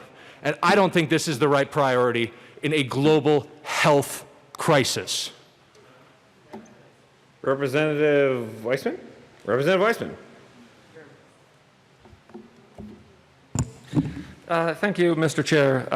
I really just want to read one sentence from the fiscal note, the pink sheet prepared for all of us by our nonpartisan staff. This is the top of page 2 for 1385. It does not affect the amount paid to providers. I think there might have been the reverse understanding of the bill given here a minute ago, so I just wanted to clear it up for the record. It does not affect the amount paid to providers. Thank you. Representative Landgraf.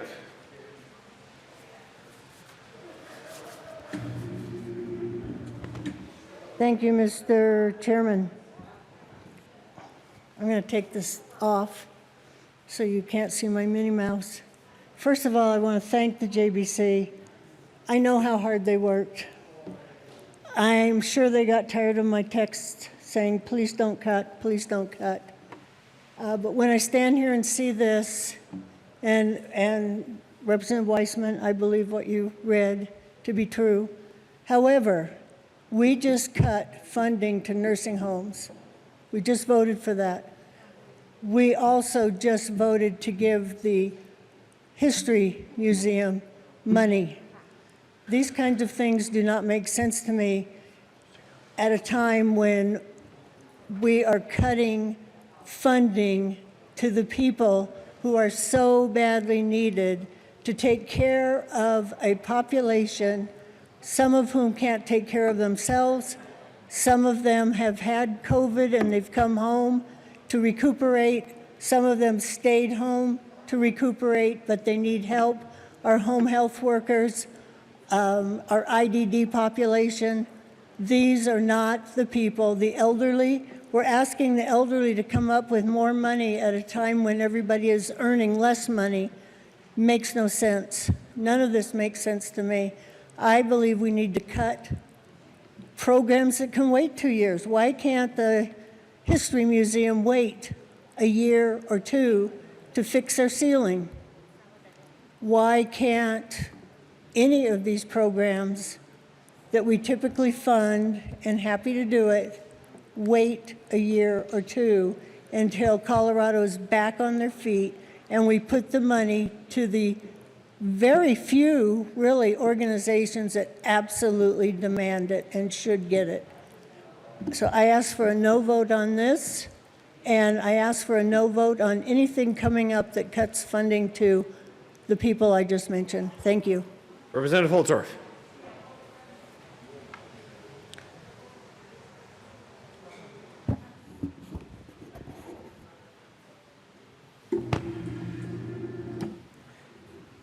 Thank you, Mr. Chairman, esteemed colleagues. I heard a very passionate and great message from Representative Coleman this morning. I want to remind us all that we are here to do very hard work, and let us be tempered in our approach to engaging each other. I know this is difficult, and I know emotions can run high. But please, colleagues, let us temper those emotions and have professional dialogue and discussion as we proceed. That's the first comment. The second comment is I have to remind all of you in rural Colorado, particularly House District 64, that approximately 75% of the funding that my rural hospitals receive is through Medicaid and Medicare because of the economic situation of those people that are getting that medical care. A lot of people will talk about economic disparity in the city. There's also economic disparity in the country. You just don't hear about it or see it. But it's real, and it's there, and it's in Southeast Colorado. So as we move forward, let's just be conscious of those situations in the state. With that, Mr. Chairman, I'll turn it back over to the bill sponsors. Thank you, Representative Holtorf. Representative Larson. Thank you, Mr. Chair. I hope this is the last time I come up. So, as we all know, there are many ways you can obfuscate through budgeting. And I want to come up here. This is going to get pedantic. I apologize. But I encourage everybody to look up the Federal Medicaid Assistance Program, FMAP. This is the match. And it's a very complicated thing. But what we're talking about right now is the majority of Medicaid that the state pays for, we get matched 50% from the federal government. There's a population that we get matched at 90%, but that's a separate issue. In part of the CARES Act, they decided to give us 56.2%. So that is a 6.2% increase over the 50% that we have received as a federal match in perpetuity. So that 6.2% is what we are now talking about. The federal government gave us an extra 6.2% on their share of what they pay us to see Medicaid patients. What we are now doing with that money, rather than giving that to the people that are providing those services, we've decided to take that 6.2%, put it in the general fund to reduce the state's obligations otherwise. So what that has done has reduced it has put more money in the general fund and freed it up, the money that was specifically allocated for the match. So, is Representative Weissman correct? Yes. This is not going to reduce the amount of money that anybody is seeing. Is it also correct to say that we're using this money for the intended federal purpose that it was under the CARES Act when the federal Congress debated this bill and talked about this provision? No. It was very clear that this was to be used to offset the tremendous financial pressures that were going to be placed on our healthcare system to respond to the COVID crisis. And we're putting it into the general fund. And will some of that money go to be used for medical purposes? Sure. But some of that money will also go to pay for History Colorado. Some of that money will also go to pay for every other thing that we have discretion over in the general fund. So I want to be very clear. We are moving things around in accounts. But at the end of the day, this was money that when it was debated in the federal Congress, the purpose for this plus-up was to relieve the financial pressure faced by our medical system to respond to this crisis. And we are taking that money and putting it into the general fund, which has the effect of reducing the pressure on the general fund to be spent on medical issues because we can now spend it at our discretion. So that is what's happening. Will any providers take a cut because of this if this bill goes through? No. Will they receive less money than they would have if we didn't do this? Yes. And you can have a talk, and I encourage all of you to go and have a talk with your medical providers and ask them if they think that the Medicaid reimbursement rate is a good one. And I suspect you will hear a resounding no. And I suspect you will hear a resounding statement about how inadequate those funds are and how many people and how much better services they could provide to people if they get better reimbursement. But that is what we are doing with this bill. So know it, think about it, and seriously consider voting against this bill. Representative McCluskey. Thank you, Mr. Chair, and I appreciate this debate. I want to pause for just a moment and commend Chair Escar and Representative Ransom for the tremendous work that went into many of the decisions you see before you today and will throughout the process of our debate of the long bill. I also want to point you all to page 48 of our long bill budget narrative. There you will see an increase to the Department of Healthcare Policy and Financing of 12.4% general fund dollars, because we are anticipating an increase between March 2020 and September 2020 of nearly 50,000 more Medicaid enrollments every single month. By capturing the higher FMAP rate, we are able to address the fact that we now have an increase in enrollment and utilization by $1.283 million, $1.3 billion that we are now faced in increased expenses in HCPF because of the rising needs of individuals in this state who need Medicaid enrollment, Medicaid coverage. That's an increase of roughly $392 million general fund dollars. Those general fund dollars can come by us capturing the higher FMAP. This bill allows us to capture $52.8 million to then put to the general fund to offset that $392.9 million general fund increase. It is critical that we pass this bill to continue to support the rising number of Coloradans that will need Medicaid. I urge you to vote yes on this bill. Further discussion on House Bill 1385. Seeing none, the question before us is the adoption of House Bill 1385. All those in favor, please say aye. Aye. Those opposed, no. House Bill 1385 is adopted. Mr. Gregorio, please read the title of House Bill 1386. House Bill 1386 by Representative McCluskey, also Senator Moreno, concerning the use of a specified amount of the money in the Healthcare Affordability and Sustainability Fee Cash Fund to offset general fund expenditures for the State Medical Assistance Program and in connection therewith making and reducing appropriations. Representative McCluskey. Thank you, Mr. Chair. And if HCPF isn't complicated enough, this one will probably do it for you. I move House Bill 1386. Do the bill. Thank you. This bill will allow a temporary alternative use for our healthcare affordability and sustainability fee. Used to be called the hospital provider fee, now we call it the HAS fee. Currently, that fee is collected at 5.75 net patient revenue from our hospitals. By both looking at the funding that we have collected this year and working with our partners, Colorado Hospital Association and HCPF, we are increasing that collection rate to 6% net patient revenue, which is what we are allowed to do under federal law. Based on that, we will be collecting additional funding both for 1920 as well as 2021. This brings an additional $161 million to our general fund, and I urge an aye vote. Further discussion on House Bill 1386. Mr. Minerva.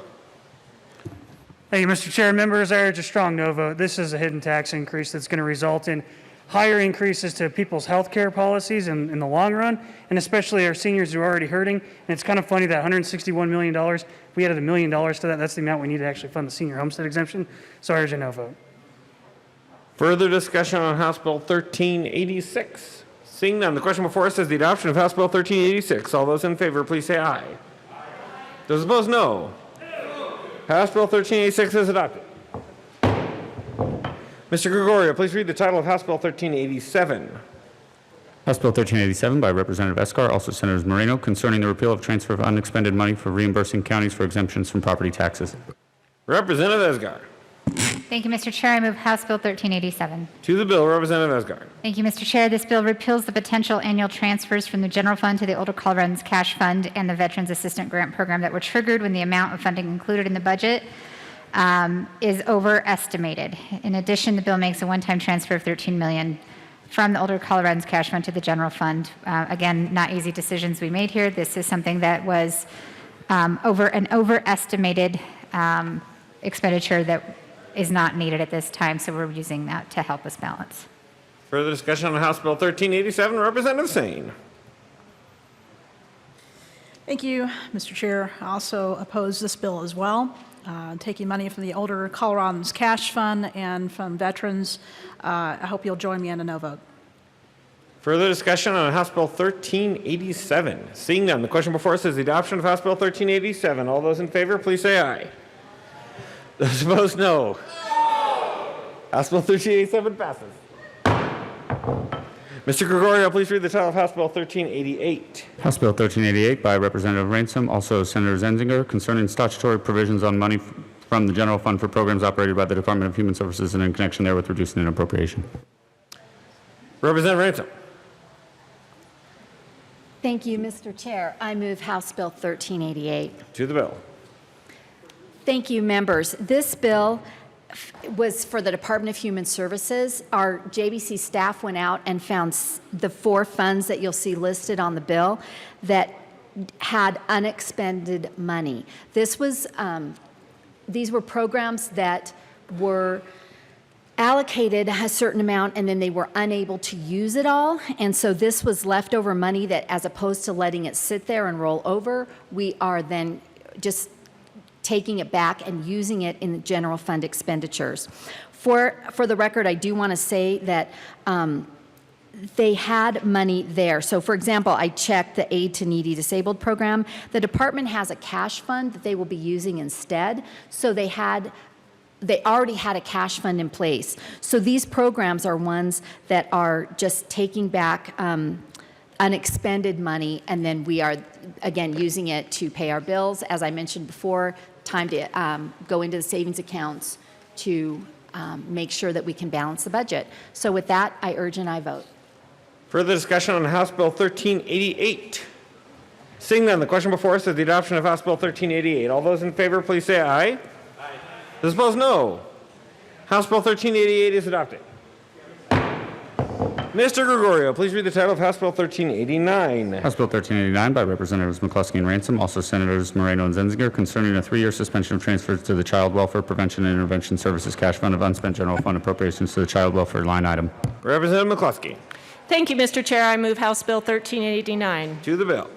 Thank you. This bill is a 3-year suspension of transfers to the Child Welfare Prevention and Intervention Services Cash Fund. We'll both stop general fund transfers in and then take any of the unspent appropriations and reclaim those for the general fund. I urge an aye vote.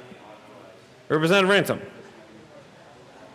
Thank you, Mr. Chair. The one point that I really want to make sure that everybody understands is that the counties will still get their full block amount for the Child Welfare Prevention and Intervention Program. So I just want to make sure that you all know that the counties will still be getting their full block amount. With that, I urge an aye vote.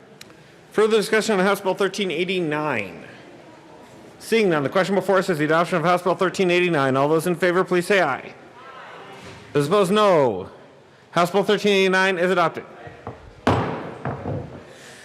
Mr. Gregorio, please read the title of House Bill 1390. House Bill 1390 by Representatives Esquire and Ransom, also Senators Moreno and Rankin, concerning the discontinuation of the pilot programs in the Division of Youth Services that were established to create a division-wide therapeutic culture with trauma-responsive practices and in connection therewith reducing an appropriation. Representative Esquire. Thank you, Mr. Chair. I move House Bill 1390. To the bill. Members, of House Bill 1390 is another one of those. I don't think any of these were easy decisions by any means. There's a lot of great work that has happened in this legislature, and there were things that we had to go through and prioritize. What this does is actually repeal a pilot program in the Division of Youth Services. Although we understand exactly why this pilot program was created and would love to see it happen, at some point we had to make tough decisions to find savings for the $3.3 billion hole. So I ask for an aye vote. Further discussion on House Bill 1390. Representative Ransom. Thank you, Mr. Chair. And I urge an aye vote on this one as well, folks. We heard extensive descriptions from the Department of Youth Services during our hearings last fall, last November and December, and they were describing how the kids in the youth services, these are teenagers. These aren't the Department of Corrections prisoners that we talk about, down in Canyon City. These are kids in many instances. So what they were trying to do, again, this was a pilot program to create a more home-like environment. I think that those programs will be coming eventually, but for now, since it was a pilot program, we are discontinuing the program, and I urge a aye vote.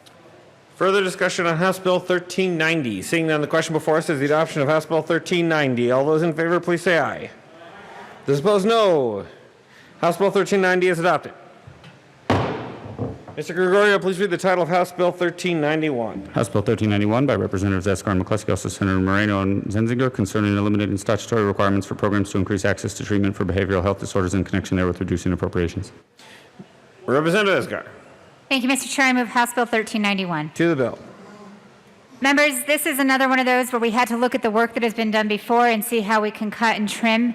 When I tell you the decisions weren't easy, they weren't easy. What House Bill 1391 does is actually delays the implementation of a bill I ran, 1287. So when we talk about the tough decisions, a lot of the bills that we are talking about delaying implementation to or repealing were actually those of us who sit on the Joint Budget Committee as well. So we all felt it. This bill actually makes the implementation of the certain behavioral health programs created in House Bill 1287 subject to available appropriations, basically taking the funding away and hoping when funding is available we can come back and fund the projects in here. I do want to emphasize, though, that this bill does not include any changes to the grant program. Ask for an aye vote. Further discussion on House Bill 1391. Seeing none, the question before us is the adoption of House Bill 1391. All those in favor, please say aye. Those opposed, no. House Bill 1391 is adopted. Mr. Gregorio, please read the title of House Bill 1392. House Bill 1392 by Representatives Escar and Ransom, also Senator Zenzinger, concerning the repeal of certain provisions related to persons with a disability and in connection therewith reducing an appropriation. Representative Ransom. Thank you, Mr. Chair. I move House Bill 1392. To the bill. This bill repeals an advisory council. So this is just a council that's in statute for persons with disabilities, and also the disabled parking, the education program, and it makes conforming amendments. So with that, I urge an aye vote. Representative Escar. Thank you, Mr. Chair. I urge an aye vote. Any further discussion on House Bill 1392? Seeing none, the question before us is the adoption of House Bill 1392. All those in favor, please say aye. Those opposed, no. House Bill 1392 is overwhelmingly adopted. Mr. Gregorio, please read the title of House Bill 1393. House Bill 1393 by Representatives Escar and McCluskey, also Senators Zenzinger and Rankin, concerning expanding the mental health diversion pilot programs to include more judicial districts. Representative McCluskey. Thank you, Mr. Chair. I move House Bill 1393. To the bill. Thank you. This bill expands the mental health diversion pilot program that was started in 4 counties across the state. It'll expand it to a 5th. The program itself is taking a general fund reduction, but by expanding it, we're hoping to better utilize the resources that are currently there. With that, I urge an aye vote. Further discussion on House Bill 1393, Representative Ransom. Thank you, Mr. Chair. This bill was another one that we were talking about early in the session, recognizing that to make this grant program work and to make the diversion program be effective, they needed to find more participants. So it doesn't change the appropriation at all. It just expands the number of judicial districts that they can search for participants in. So with that, I urge an aye vote. Further discussion on House Bill 1393. Seeing none, the question before us is the adoption of House Bill 1393. All those in favor, please say aye. Those opposed, no.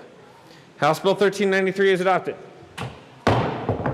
Mr. Gregorio, please read the title of House Bill 1394. House Bill 1394 by Representatives McCluskey and Ransom, also Senators Moreno and Rankin, concerning a modification to the contribution rates to Public Employees Retirement Association for the Judicial Division of the Association for certain fiscal years in connection therewith reducing an appropriation. Representative Ransom. Thank you, Mr. Chair. Folks, if you have not figured this out, we have been trying to make cuts in every area throughout the budget. We truly had to find areas where we could make sure we could balance this budget, and so we searched throughout the budget. All right, when we got to the Judiciary Department, there are statutes that say that the judges cannot have a reduction in pay. So we actually worked with the department and came up with an alternative that worked. And what we're doing is reducing, actually we're not reducing, we're we're increasing the judge's contribution to para by 5%, and then making associated increases to para by 5%. So we fondly call this the para swap. And what it did was just make sure that we were trying to be not just fiscally prudent, but also have some fairness throughout this process, throughout this difficult process of being able to present a balanced budget to you all. So with that, I urge an aye vote. Would someone like to move the bill and the Appropriations Committee report? Representative McCluskey. Thank you, Mr. Chair. I move House Bill 1394 and the committee report from Appropriations. To the committee report. We had to make it a technical adjustment, again, one of those that our analysts caught, and with that, I urge an aye vote. Further discussion on the Appropriations Committee report. Seeing none, the question before us is the adoption of the Appropriations Committee report to House Bill 1394. Those in favor, please say aye. Aye. Those opposed, no. The committee report is adopted. To the bill, Representative McCluskey. Thank you, Mr. Chair. As Representative Ransom said so well, this is a para swap for our judges. It is important to note that the JBC had to make a very difficult decision to take a personal services reduction to state employees in all departments, and the Judicial Department is outside of that particular decision and impact. And so this was a way to provide equity and fairness across the system by doing the para swap for our judges. With that, I urge an aye vote. Further discussion on House Bill 1394. Seeing none, the question before us is the adoption of House Bill 1394. All those in favor, please say aye. Those opposed, no. House Bill 1394 is adopted. Mr. Gregorio, please read the title of House Bill 1395. House Bill 1395 by Representatives McCluskey and Ransom, also Senators Moreno and Rankin, concerning the repeal of the Skilled Worker Outreach Recruitment and Key Training Act grant program, and in connection therewith eliminating new grants under the grant program, transferring the balance of the grant program fund to the general fund, requiring a final report on the grant program, and reducing an appropriation. Well done, sir. Representative McCluskey. Thank you, Mr. Chair. I move House Bill 1395. To the bill. This bill removes grant funding for the Skilled Worker Outreach Recruitment and Key Training Program. And this grant program through CDLE helps fund some of the best CTE programs in the state, in the construction trades, culinary, and multiple other industries. It really is a great way to provide skills to our workers. We are not dramatically impacting the grant funding that currently exists, but we are preventing any future appropriations of grant funding to new grantees. Again, to help balance our budget, it hurts us all to see this program stop at this point, but with that, I urge an aye vote. Representative Ransom. Thank you, Mr. Chair, and thank you, Representative McCluskey, for describing this bill. The one other piece I will add is that it transfers some unencumbered program funds back to the general fund, and it did pass unanimously out of Appropriations Committee, and with that, I urge an aye vote. Further discussion on House Bill 1395. Seeing none, the question before us is the adoption of House Bill 1395. All those in favor, please say aye. Those opposed, no. House Bill 1395 is adopted. Mr. Gregorio, please read the title of House Bill 1396. House Bill 1396 by Representatives Escar and McCluskey, also Senators Zenzinger and Rankin, concerning the implementation of an online platform by the State Workforce Development Council to assist Coloradans in exploring career options. Representative Esgar. Thank you, Mr. Chair. I move House Bill 1396. To the bill. Thank you, Mr. Chair. Members, you've heard Representative Ransom allude to conversations we had even in the fall, ideas that we were going to bring forward in a new budget in a different type of year that we were excited about. This is one of those. House Bill 1396 actually would help implement and maintain a free online platform to provide Coloradans with personalized information to assist them in making career and educational planning decisions. We understand in the middle of COVID how absolutely important this is going to be. Many of you may be familiar with College in Colorado. This is transferring College in Colorado to this program. More and more people are going to need to utilize this platform to help them figure out what's next since they have lost their current employment. However, we want to make sure you understand that there is no appropriation going to this bill. This is simply laying this out in statute. There is already a lot of private donations that have been raised to start this program. It's already online. This was asking for the state's part in this program. Right now, all we're doing is making legislation to say that this is a part of what we're doing, but it will be available, or it'll be subject to available appropriations or money from other sources, and there is money from other sources coming in. So when asked for an aye vote, this is going to be an important tool for your constituents to be able to utilize as we move out of COVID. Representative Ransom. Thank you, Mr. Chair. And the other piece that I would like to make sure you all understand is that this platform, this online app, can be used not just for people, adults that are looking for jobs or looking to change jobs and careers, but it was actually brought to me by the higher education folks because it's used within colleges and universities for students, and even high school students can use this. So it's really meant for people to be able to find their niche, find where they will be happy, find where they will be able to be productive, working, tax-paying citizens. So with that, I urge an aye vote. Further discussion on House Bill 1396. Seeing none, the question before us is the adoption of House Bill 1396. All those in favor, please say aye. Those opposed, no. House Bill 1396 is adopted. Mr. Gregorio, please read the title of House Bill 1397. House Bill 1397 by Representatives McCluskey and Ransom, also Senators Moreno and Zenziger, concerning the elimination of the requirement that the Department of Public Health and Environment provide assistance to certain boards and in connection therewith reducing an appropriation. Representative McCluskey. Thank you, Mr. Chair. I move House Bill 1397. To the bill. Thank you. This bill eliminates the requirement that CDPHA provide staff funding for 2 specific boards, adds about $45,000 to the general fund. With that, I urge an aye vote. Further discussion on House Bill 1397. Seeing none, the question before us is the adoption of House Bill 1397. All those in favor, please say aye. Those opposed, no. House Bill 1397 is adopted. Mr. Gregorio, please read the title of House Bill 1398. House Bill 1398 by Representatives Escar and McCluskey, also Senators Rankin, concerning modifications to the automatic cash fund funding mechanism for payment of future costs attributable to the state's capital assets in connection therewith making an appropriation. Representative Escar. Thank you, Mr. Chair. I move House Bill 1398. To the bill. This bill simply suspends the annual depreciation lease equivalent payment mechanism in statute. And it includes an appropriation clause that decreases general fund payments for the annual depreciation lease equivalent payment in 6 departments by $7.5 million. We ask for an aye vote. Further discussion on House Bill 1398. Seeing none, the question before us is the adoption of House Bill 1398. All those in favor, please say aye. Those opposed, no. House Bill 1398 is adopted. Mr. Gregorio, please read the title of House Bill 1399. House Bill 1399 by Representatives Escar and McCluskey, also Senators Moreno and Rankin, concerning the temporary suspension of the statutory allocations of limited gaming tax revenues and in connection therewith making and reducing appropriations. Representative McCluskey. Thank you, Mr. Chair. I move House Bill 1399. To the bill. Thank you. This bill deals with limited gaming tax revenues. Currently in statute, we specifically identify the amount of money that should be coming from limited gaming to help fund a number of significant programs in OEDIT. Our Department of Colorado Office of Tourism, the Creative Council on Creative Industries, Advanced Industries, and numerous other programs. This bill will take the specific appropriation out of statute and instead will provide funding for these programs at a reduced amount moving forward.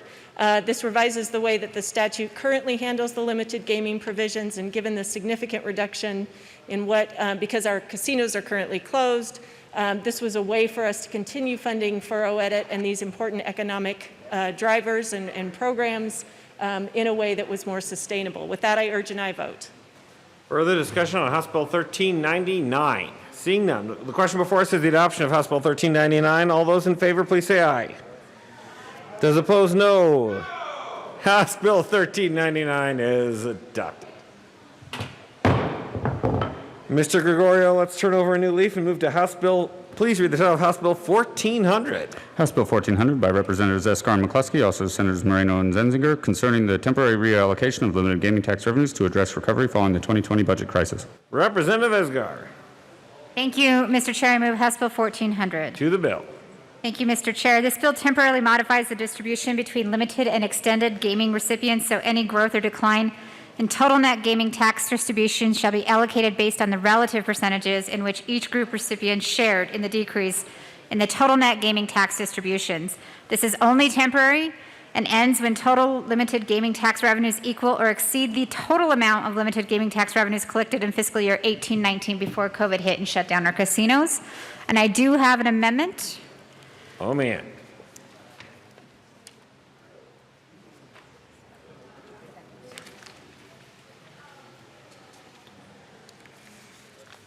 Thank you.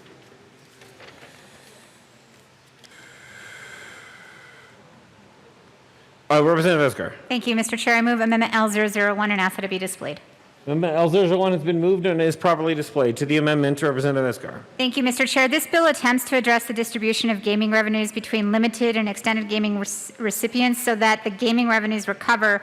All recipients of that gaming revenue piece are able to recover in an equal way. This amendment actually ensures that our gaming communities are comfortable with the bill by adding a legislative declaration clarifying that this proposal is temporary, and I ask for an aye vote on this amendment. Further discussion on L001? Seeing none, the question before us is the adoption of Amendment L001 to House Bill 1400. All those in favor, please say aye. Those opposed, no. L001 is adopted. To the bill, Representative Esgar. Thank you, Mr. Chair. Under current law, limited gaming recipients, the gaming cities, the counties, and History Colorado are all capped at a 3% growth. The rest of the money goes to the extended gaming recipients, including the community college system. And given the closure of casinos, which will likely result in a decrease of 30% in limited gaming revenues, all the recipients of gaming money would be heavily impacted. This bill will ensure that all gaming recipients are able to recover from this crisis in an equal manner and that the limited gaming recipients aren't negatively impacted. The Governor's Office, History Colorado, the Community College System, the Department of Revenue, and now the counties that are impacted by gaming revenue have all signed off on this. Please vote yes. Further discussion on House Bill 1400. Seeing none, the question before us is the adoption of House Bill 1400. All those in favor, please say aye. Those opposed, no. House Bill 1400 is adopted. Mr. Gregorio, please read the title of House Bill 1401. House Bill 1401 by Representatives Escar and Ransom, also Senator Moreno and Rankin, concerning the transfer of money from the marijuana tax cash fund to the general fund that is made available due to the repeal of a prohibition in the General Assembly appropriating money from the marijuana tax cash fund in the year that the money is received. Representative Ransom. Thank you, Mr. Chair. I move House Bill 1401. To the bill. Thank you, Mr. Chair. This bill has to do with the marijuana tax cash fund. And you've probably heard people for years, as long as you've been in the legislature, people are trying to fund their bills from the marijuana tax cash fund. One of the unique things about this fund is when Colorado legalized marijuana, the taxes collected were held for 1 year prior to being appropriated. So they were held, and then as opposed to working off forecasts, working off guesses on how much revenue would be collected, tax revenue, it was held for a year and then expended in the following year. Well, what that's done is meaning that the money is there, but we can't actually access it for a year. Now, we checked with the people that work, the staff, and they said that it seems that when Colorado first added constitutionally the legalization, that the federal government might have put holds on this, might have come in and collected the taxes themselves, there might have been issues with actually trying to expend this. So that is why the delay was there. And it's obviously been many years since then. Many other states have legalized marijuana since. The money seems to be a much more stable source of revenue. So with that, we are now encouraging you to vote yes on this bill that would allow us to start spending the money in the current year that it is collected, as opposed to holding off. So with that, I urge, and this brings $136 million this year into the general fund to help us balance. With that, I urge an aye vote. Representative Escar. Thank you, Mr. Chair, and thank you to Representative Ransom for explaining this bill so eloquently. Members, this is a great way for us to be able to move forward. I do want to make sure to mention that we are leaving some reserve in there for cash flow issues. Shall there be something that was meant to come out while we're making this transition into pulling that money in every year? There is around $60 million that we have left in there for cash flow issues to be sure that anything that was depending on that funding will still be able to receive that funding as we move forward. I ask for an aye vote. Further discussion on House Bill 1401. Seeing none, the question before us is the adoption of House Bill 1401. All those in favor, please say aye. Aye. Those opposed, no. House Bill 1401 is adopted. Mr. Gregorio, please read the title of House Bill 1343. House Bill 1343 by Representative Robert, also Senator Donovan, concerning confinement standards for egg-laying hens whose eggs are sold. Representative Roberts. Thank you, Mr. Chair. I move House Bill 1343 and the Rural Affairs and Agriculture Committee report. To the committee report. Thank you, Mr. Chair. In committee, we changed a few dates, pushed the effective date of this bill back in several respects, and brings almost all of the stakeholders to a neutral position with those date changes. I'd ask for an aye vote. Any further discussion on the Rural Affairs and Agriculture report? Seeing none, the question before us is the adoption of the Rural Affairs and Agriculture report to House Bill 1343. All those in favor, please say aye. Aye. Opposed, no. The committee report is adopted. To the bill, Representative Roberts. Thank you, Mr. Chair. Members, House Bill 1343 is the result of a very long stakeholder process, especially with the egg industry representatives. I'm very proud of the work that we did to write this bill to protect their industry going forward, and would appreciate an aye vote. Further discussion on House Bill 1343. Representative McCluskey. Thank you, Mr. Chair. I just have to offer that there is nothing like egg on a stick when you are pedaling the plains in the greatest bike ride of all in Colorado. And I'd really encourage you to support our egg producers, egg layers, those chickens, by getting an egg on a stick. Representative McCluskey, do you own any chickens or no? Oh, she does, in fact. Okay. All right. Thank you. Representative McCallum. Thanks, Mr. Chairman. It's an honor to serve with you. It is a deep honor to serve with you, sir. Thank you. I have a question for the sponsor of the bill. In committee, we had discussed whether or not we were going to put an amendment on this bill, and I'm not sure that I've seen that yet. Maybe you could answer that for me.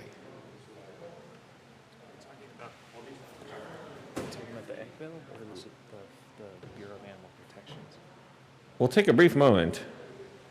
Mr. Representative Chair. Catlin. Well, I got ahead of myself there. I was talking about the Bureau of Animal Affairs rather than about the egg bill, so I apologize to Mr. Roberts and to the body. All right. We will not claim that you have any egg on your face. No, sir, Mr. Chairman. No, Mr. Chairman. I wanted to remind you that I simply laid an egg there. Representative Holtorf. Thank you, Mr. Chairman. Esteemed colleagues, I wanted to explain why I voted against this in the committee so my esteemed colleagues can understand the situation. So this particular compromise by stakeholders, a very small part of the production agricultural stakeholder group of organizations that meets in the monthly ag forums that we have here at the Capitol. A unique situation occurred to this particular group of stakeholders. The World Animal Health Organization threatened with a petition in the state. This is an international organization in conjunction with HSUS, who said they would carry that domestically here in the United States. They pressured the egg producers through what I call extortion and strong-arm tactics. Through this petition that was threatened here in the state of Colorado, because of the ease and now the relaxed rules for petitioning in the state based on recent directives, this particular organization, because of that threat, were forced into a compromise that came through this esteemed body. Now, here's where I have a problem, ladies and gentlemen. As a Coloradoan, as a citizen of this state, When an international organization wants to target Colorado and target production agriculture in Colorado, one sector, let's say it's the poultry producers, with their specific agenda, in working with these organizations, then apply this pressure, extortion type pressure, threatening type pressure, to get them to change their practices. I don't know, as somebody from Colorado, if I would call that a Colorado solution. In fact, I would not call it a Colorado solution. If we have problems in our state, let's have Coloradoans have a bottom-up solution to solve our problems.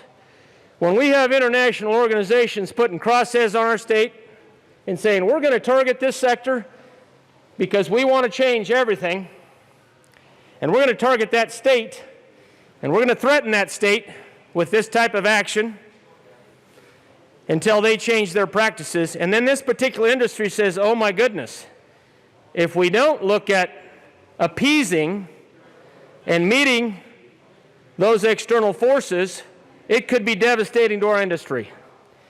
That is what I perceived happened. That is why I voted against this.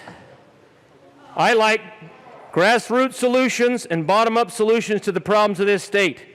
What I don't like is this state and this Gold Dome and the committees and the legislative bodies of this state being targeted by international or national organizations who want to put the crosshairs on Colorado and different organizations, entities, or business enterprises of this state.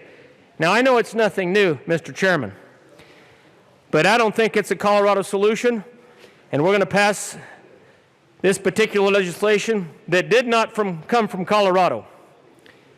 It did not come from this state, and its genesis was not a Colorado solution.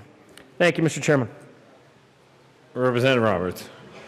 Thank you, Mr. Chair. Members, I just want to reiterate the great stakeholder work that went into this bill. Look, I wish we had to do this bill, but we were pushed in the direction to protect our Colorado egg industry, and I wrote this bill with the Colorado egg producers, and I'm proud of that work. I'd ask for an aye vote. Further discussion on House Bill 1343. Seeing none before us, the question before us is the adoption of House Bill 1343. All those in favor, please say aye. Aye. Those opposed, no.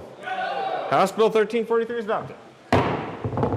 Mr. Gregorio, please read the title of House Bill 1347. Yes, 1347. House Bill 1347 by Representative Young, also Senator Danielson, concerning the child care license or exemption for family child care homes. Representative Young. Thank you, Mr. Chair. It is an honor to serve with you. It is an honor to serve with you. Thank you. I move House Bill 1347, and there is no committee report. To the bill. It is important to talk about access to child care in these days of pandemic and changing family needs. This bill is important because if we do not pass it, on September 1st, 2020, the exemption for family care homes where less than 24-hour care is provided expires. This would really limit the options for those families that prefer home-based child care. There are two groups that are impacted by this bill. A caregiver can provide for any number of children if they are related to the caregiver, or the caregiver can provide for any number of children who are all related to each other from a single family, or a combination of both can occur. The other instance is a caregiver can provide care for up to 4 children from multiple families as long as only 2 of them are under the age of 2. This bill adds some additional elements that weren't provided in the previous bill. One is that education will be on the website in order for families who want to become licensed to learn how they do that. And there will also be reporting on why, if there are any cease and desist orders after July 1st, 2021.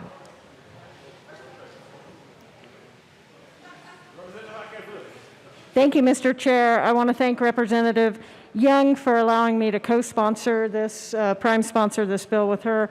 Obviously, childcare has been a huge issue during this pandemic, and I've been contacted by dozens and dozens of constituents and parents about what we can do.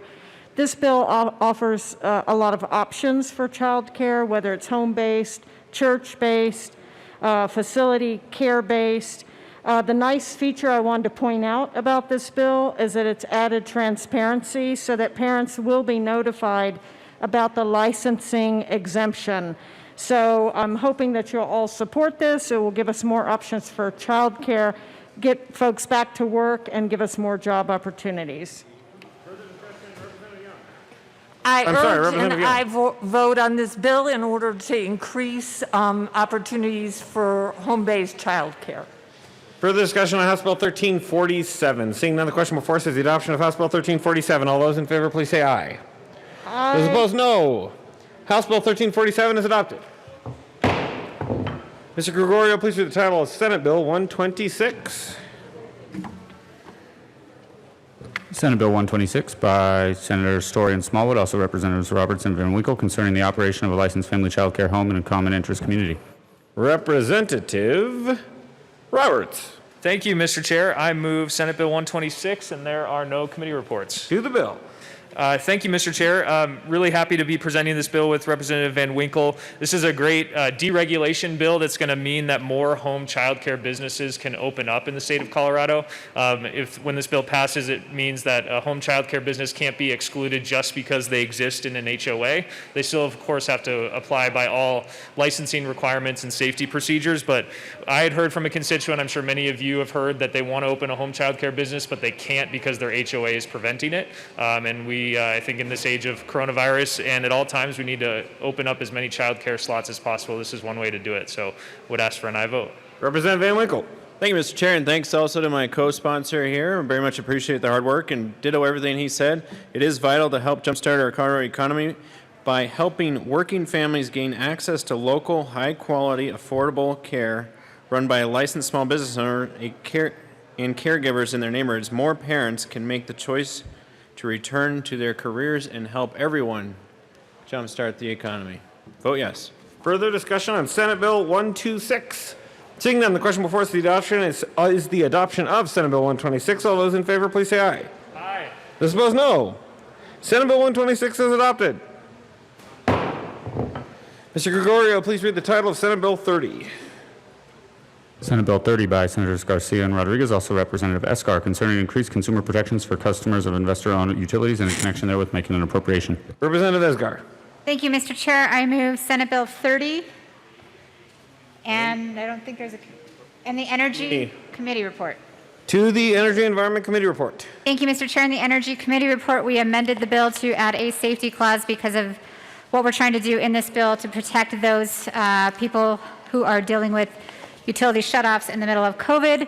The deadlines all needed to be met that are already outlined in the bill, and because of our delay, we needed the safety clause added. I know you all love it so much, but this is actually to make sure that the bill itself gets implemented in the time it needs to. Further discussion on the committee report. Seeing none, the question before us is the adoption of the Energy and Environment Committee reports to Senate Bill 30. All those in favor, please say aye. Aye. Those opposed, no. The committee report is adopted.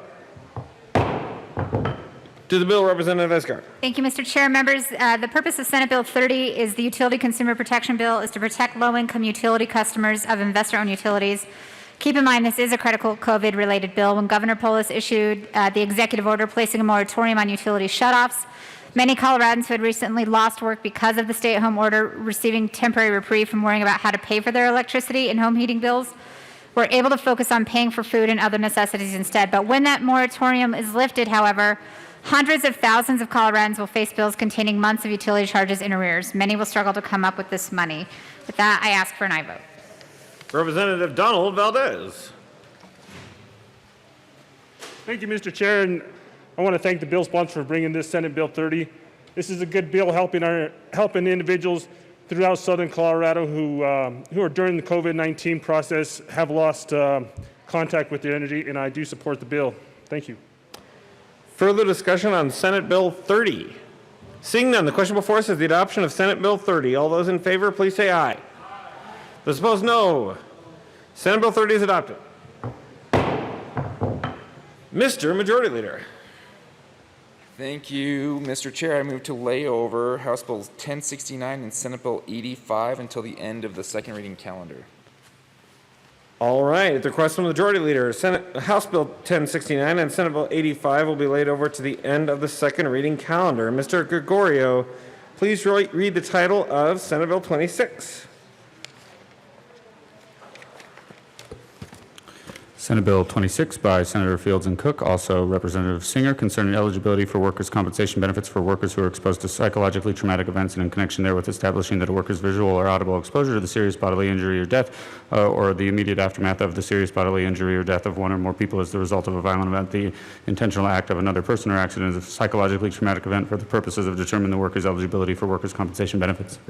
Well done, sir. Representative Singer.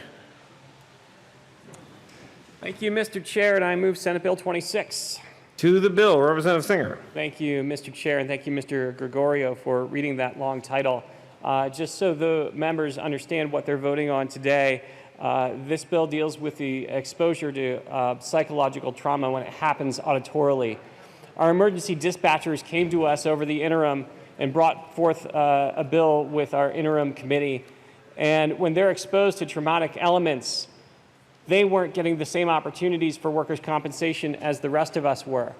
So whether it's a suicide that they witnessed on the phone or a murder-suicide that they witnessed on the phone, they didn't get the same treatment.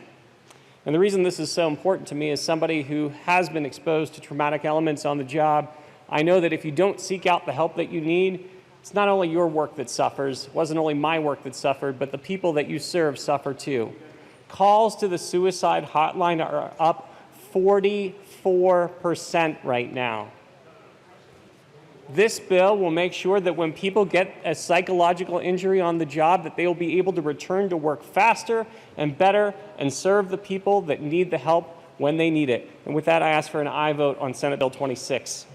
Further discussion on Senate Bill 26. Seeing none, the question before us is the adoption of Senate Bill 26. All those in favor, please say aye. Aye. Those opposed, no. Senate Bill 26 is adopted. Mr. Gregorio, please read the title of Senate Bill 102. Senate Bill 102 by Senators Janal and Cook, also Representative Caraveo and Titone, concerning required disclosures to patients regarding formal actions based on sexual misconduct. Representative Caraveo. Thank you, Mr. Chair. I move Senate Bill 102 and the Health and Insurance Committee report. To the committee report. Thank you. So this, in committee, we made some technical changes to the language in accordance with recommendations from the DAs in order for this to apply well to all of the professions that it covers. And then we also made an amendment ensuring that it is not retroactive, but only is enforced after the bill is adopted. Any further discussion on the committee report? Seeing none, the question before us is the adoption of the Health and Insurance Committee report to Senate Bill 102. All those in favor, please say aye. Aye. Aye. Those opposed, no. The committee report is adopted. Representative Caraveo. Thank you, Mr. Chair. So we're all familiar with the Michael Skolnick Act. What this bill will be changing in regards with reporting around sexual abuse by providers, including medical providers, is that it will make it a proactive process. Instead of just being housed on a website where patients can go and look this information up, providers will be required to report to their patients that they have faced a final conviction of sexual misconduct. Further discussion on Senate Bill 102. Seeing none, the question before us is the, I'm sorry. Mr. Chair, up here in the gallery. Oh, I'm sorry. This is my first time at this. That's Representative Titone. Thank you, Mr. Chair. I'm happy to be on this bill with Representative Caraveo. This is really just enhances transparency in healthcare and protects patient safety. And I think this is a really good bill to pass. And I have an amendment I'd like to offer. Amendment L009, and like to have it displayed.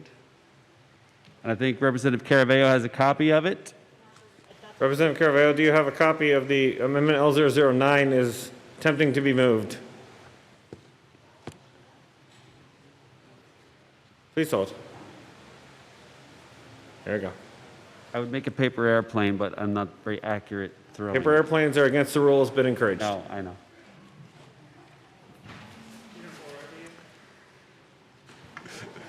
Oh, no, thank you so much, Patrick.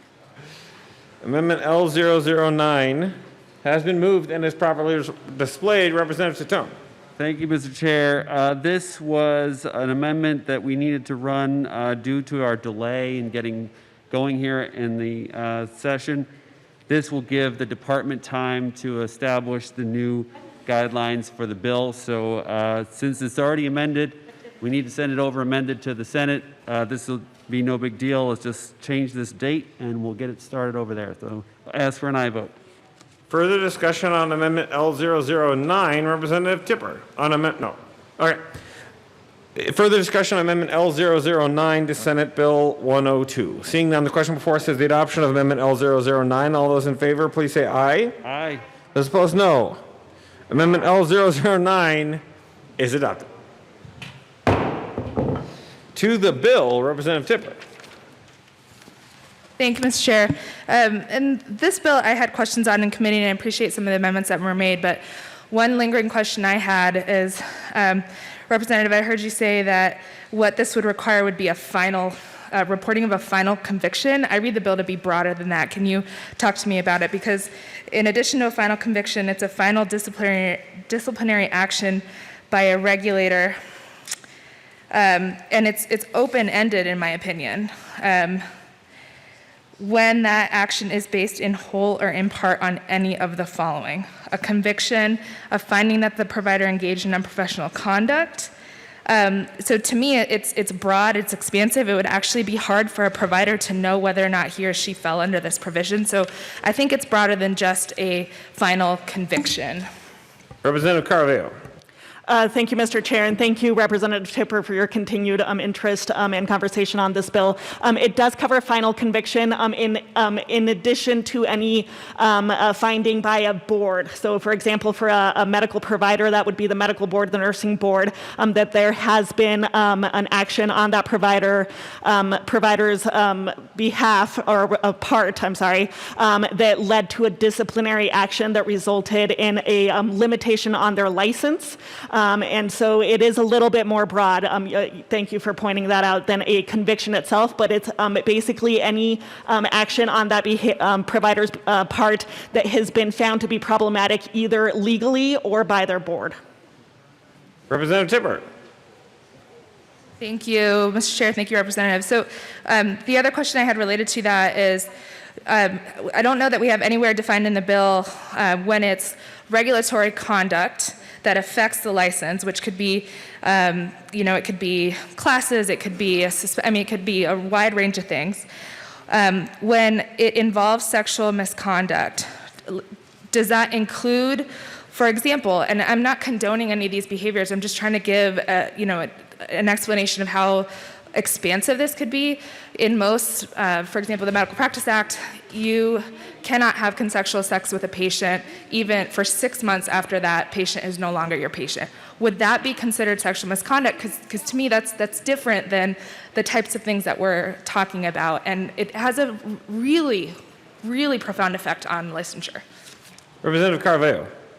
Thank you, Mr. Chair. Our understanding and our intent is that it only covers what is currently in statute as sexual misconduct, and that it's resulted in either a conviction or a finding by the board, which means that the provider would be going through due process. I will point out that the Colorado Medical Society, as well as the professional organizations of many other professionals, have fully signed off on this and this has been the result of about a year and a half of stakeholding.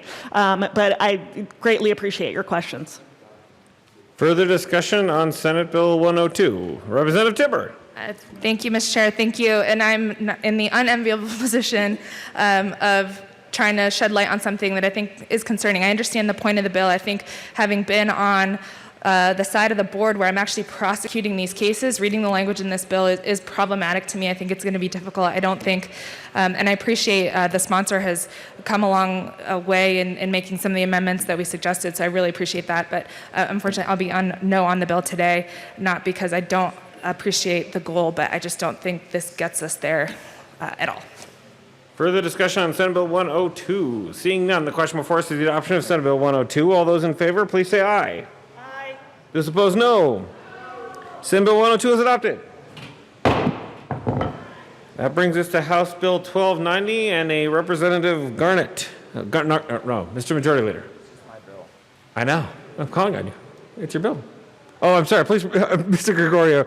I got excited about my joke. Mr. Gregorio, please read the title of House Bill 1290. House Bill 1290 by Representative Garnett, also Senator Finberg, concerning the ability of an insured to use a failure to cooperate defense in an action in which the insured has made a claim under insurance coverage for an incident. Mr. Majority Leader. Thank you, Mr. Chair. I move House Bill 1290 in the Judiciary Committee report. To the committee report. Thank you, Mr. Chair. Members, in the Judiciary Committee, we moved language that was a compromise between both sides, and I would urge an aye vote. Further discussion on the Judiciary Committee report. Seeing none, the question before us is the adoption of the Judiciary Committee report to House Bill 1290. All those in favor, please say aye. Aye. Those opposed, no. The committee report is adopted. To the bill, Mr. Majority Leader. Thank you, Mr. Chair. Members, House Bill 1290 is more important than ever in the COVID era. This just makes sure that insurance policies and companies go through additional steps before they cannot fulfill a policy based on failure to cooperate. This is important to our small businesses that are being impacted by COVID, so I would urge an aye vote. Further discussion on House Bill 1290. Mr. Minority Leader. Thank you, Mr. Chair. And members, I urge a no vote. This is actually going to lead to increased insurance premiums in the long run, something we don't need when obviously people are facing tough economic times as it is, and so I urge a no vote. Further discussion on House Bill 1290. Seeing none, the question before us is the adoption of House Bill 1290. All those in favor, please say aye. Those opposed, no. House Bill 1290 is adopted. Mr. Majority Leader. Thank you, Mr. Chair. I move to lay over Senate Bill 88 till the end of the second reading calendar. At the request of the Majority Leader, Senate Bill 88 will be laid over till the end of the second reading calendar. Mr. Gregorio, please read the title of Senate Bill 155. Senate Bill 155 by Senator Sonnenberg, also Representative Pelton, concerning the continued presumption of non-injury to water rights regarding the use of an exempt well for domestic purposes after the land on which the well is located has been divided into multiple parcels. Representative Pelton. Thank you, Mr. Chair. This bill, if you had a water well on your property that was exempt, and then later on in life you subdivide that presumptive, the very first well is still considered exempt. I had the state engineer in my office in March. He actually likes this bill so that he is clear on how to move forward. I urge a yes vote. Representative Pelton, would you like to move the bill? Representative Pelton. Thank you, Mr. Chair. I move Senate Bill 155. Thank you, sir. Representative Arndt. Thank you very much. I also think this is a good bill. Thanks for bringing it. Further discussion on Senate Bill 155. Seeing none, the question before us is the adoption of Senate Bill 155. All those in favor, please say aye. Aye. Those opposed, no. Senate Bill 155 is adopted. Mr. Gregorio, please read the title of Senate Bill 140. Senate Bill 140 by Senator Holbert, also Representative Melton, concerning the types of condition that may authorize a person to recover from the bond required as a condition to be licensed to sell vehicles with motors. Representative Coleman. Thank you, Mr. Chair. I move Senate Bill 140. There's no committee report. To the bill, Representative Coleman. Thank you, Mr. Chair. Current law requires motor vehicle dealers to have bonds to compensate people to fraud or violation of the motor vehicle dealer statutes if the violation is designated as recoverable by the Motor Vehicle Dealer Board. The bill requires the violation to be related to fraud in order for a person to recover from the bond and authorizes the person to recover from a bond in an action if the board issues a final agency order with a finding that a dealer committed fraud. However, if a person tries to make a claim that does not fall under the definition of fraud, like a damaged bumper, then they would not be eligible to make a claim as intended by current law.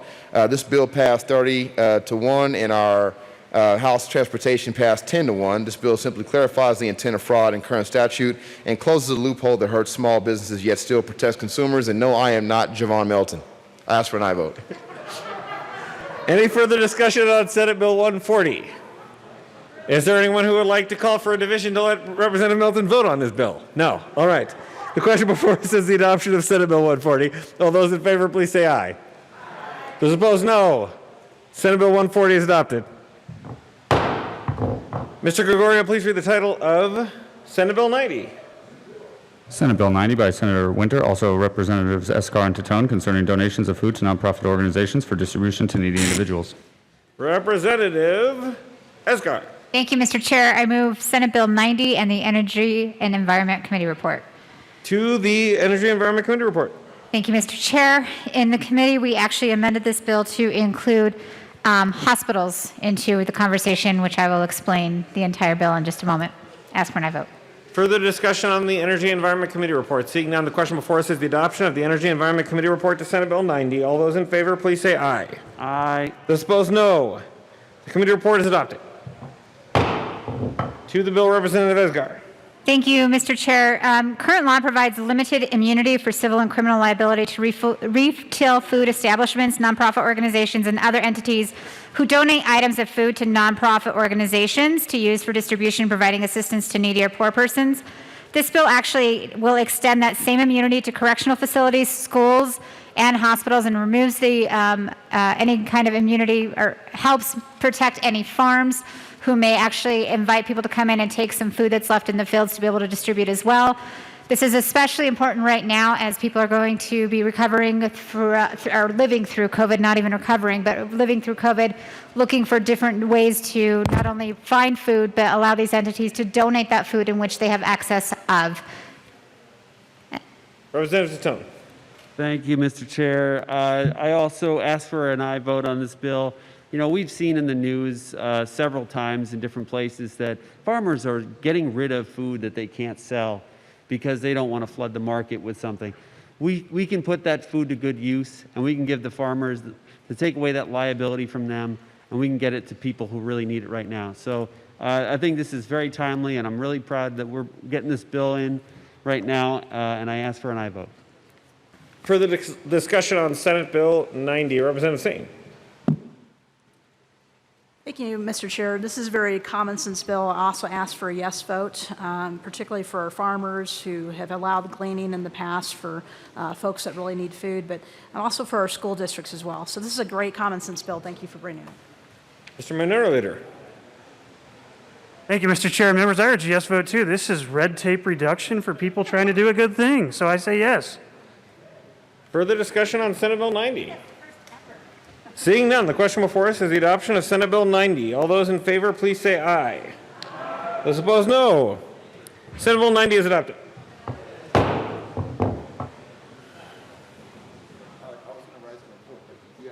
Mr. Gregorio, please read the title of Senate Bill 124.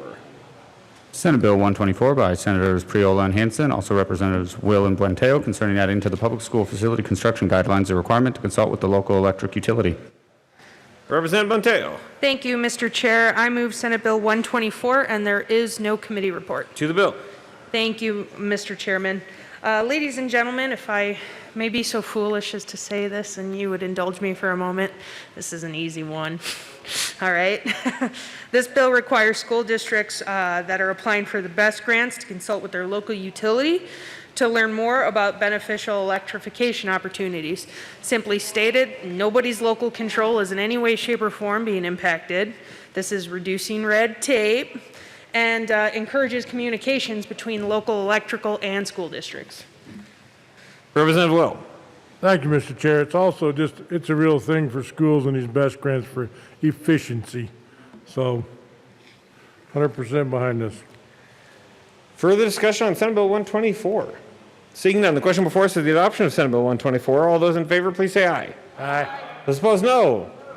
Senate Bill 124 is adopted. Mr. Majority Leader. Thank you, Mr. Chair. Great job today, everybody. I move the committee rise and report. At the motion of the Majority Leader, the committee will rise and report.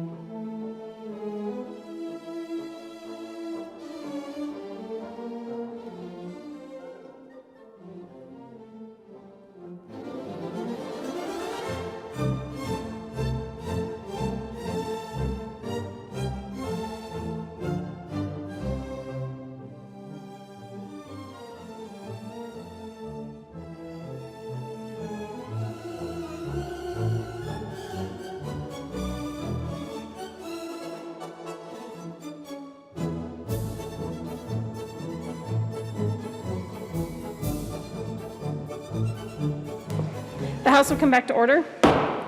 Mr. Gregorio, please read the report of the Committee of the Whole. Madam Speaker, Committee of the Whole begs leave to report it is amended the following consideration of attached bills being the second reader thereof and makes the following recommendations thereon. House Bill 1002 is amended. House Bill 1290 is amended. House Bill 1343 is amended. House Bill 1347, 1361, 1362, 1363, 1364 is amended. 1365, 1366, 1367, 1368, 1369, 1370, 1371, 1372, 1374, 1375, 1377 is amended. 1378, 1379, 1380, 1381, 1382, 1383, 1384 is amended. 1385, 1386, 1387, 1388, 1389, 1390, 1391, 1392, 1393, 1394 is amended. 1395, 1396, 1397, 1398, 1399, 1400 is amended. 1401 passed on second reading and ordered engrossed and placed on the calendar for third reading and final passage. Senate Bill 030 is amended. Senate Bill 90 is amended. Senate Bill 102 is amended. Senate Bill 124, 126, 140, 155 passed on second reading and ordered revised and placed on the calendar for third reading and final passage. House Bill 1360 laid over until 6/2/2020. Wow. You all, you have heard the motion. I'm sorry, Representative Gray. Now you've heard the motion. There are amendments at the desk. Mr. Gregorio, please read the first Williams amendment. Representative Williams moved to amend the report of the Committee of the Whole to reverse the action taken by the committee in adopting the following Kennedy Amendment, L001, to House Bill 1364 to show that said amendment lost and that House Bill 1364 is amended passed. Representative Williams. Thank you, Madam Speaker. I think our minority leader put it best that we need to be doing everything we can to try and protect the senior homestead exemption, and every cent or penny that we can find should go towards that. That's why I'm offering this amendment. So please vote yes for this so that we can protect our seniors. Thank you. Representative Kennedy. Thank you, Madam Speaker. Members, I asked for a no vote on this amendment. I ran this amendment to preserve $250,000 for a program to help encourage the use of naloxone, which is a life-saving drug, and so I asked for a no vote. Is there any further discussion? Seeing none, the question before us is the Williams amendment to the report of the Committee of the Whole. Mr. Gregorio, please open the machine, and members, please vote. All right. In the gallery, Representative Duran, how do you vote? Oh, she's not in the gallery. You know what? I will do the folks on TV at the end, or whatever, the remote folks later. Okay, well, I'll do them at the end. Okay, Representative Froelich, how do you vote? No. Froelich votes no. Representative Gray, you were back at your desk. Representative Hooton, how do you vote? Oh, you're at your desk. Representative Landgraf, how do you vote? She's at her desk. Oh my gosh. Representative McKean.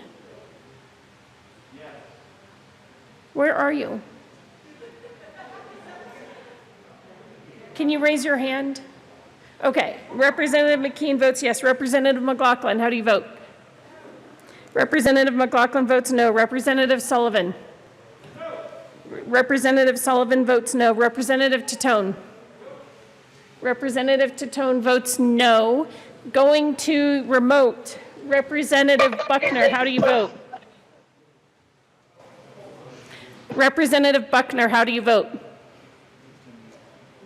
You have to say it. No. Representative Buckner votes no. Representative Duran. No. Representative Duran votes no. Representative Jackson. No. Representative Jackson votes no. Representative Melton. No. Representative Melton votes no. Please close the machine with 23 aye votes, 41 no votes, and 1 excused. The Williams amendment is lost. Mr. Gregorio, please read the second Williams amendment to the report of the committee of the whole. Representative Williams moved to amend the report of the committee of the whole to reverse the action taken by the committee and not adopting the following Williams amendment, Amendment L001 to House Bill 1383, to show that said amendment passed and that House Bill 1383 is amended passed. Representative Williams.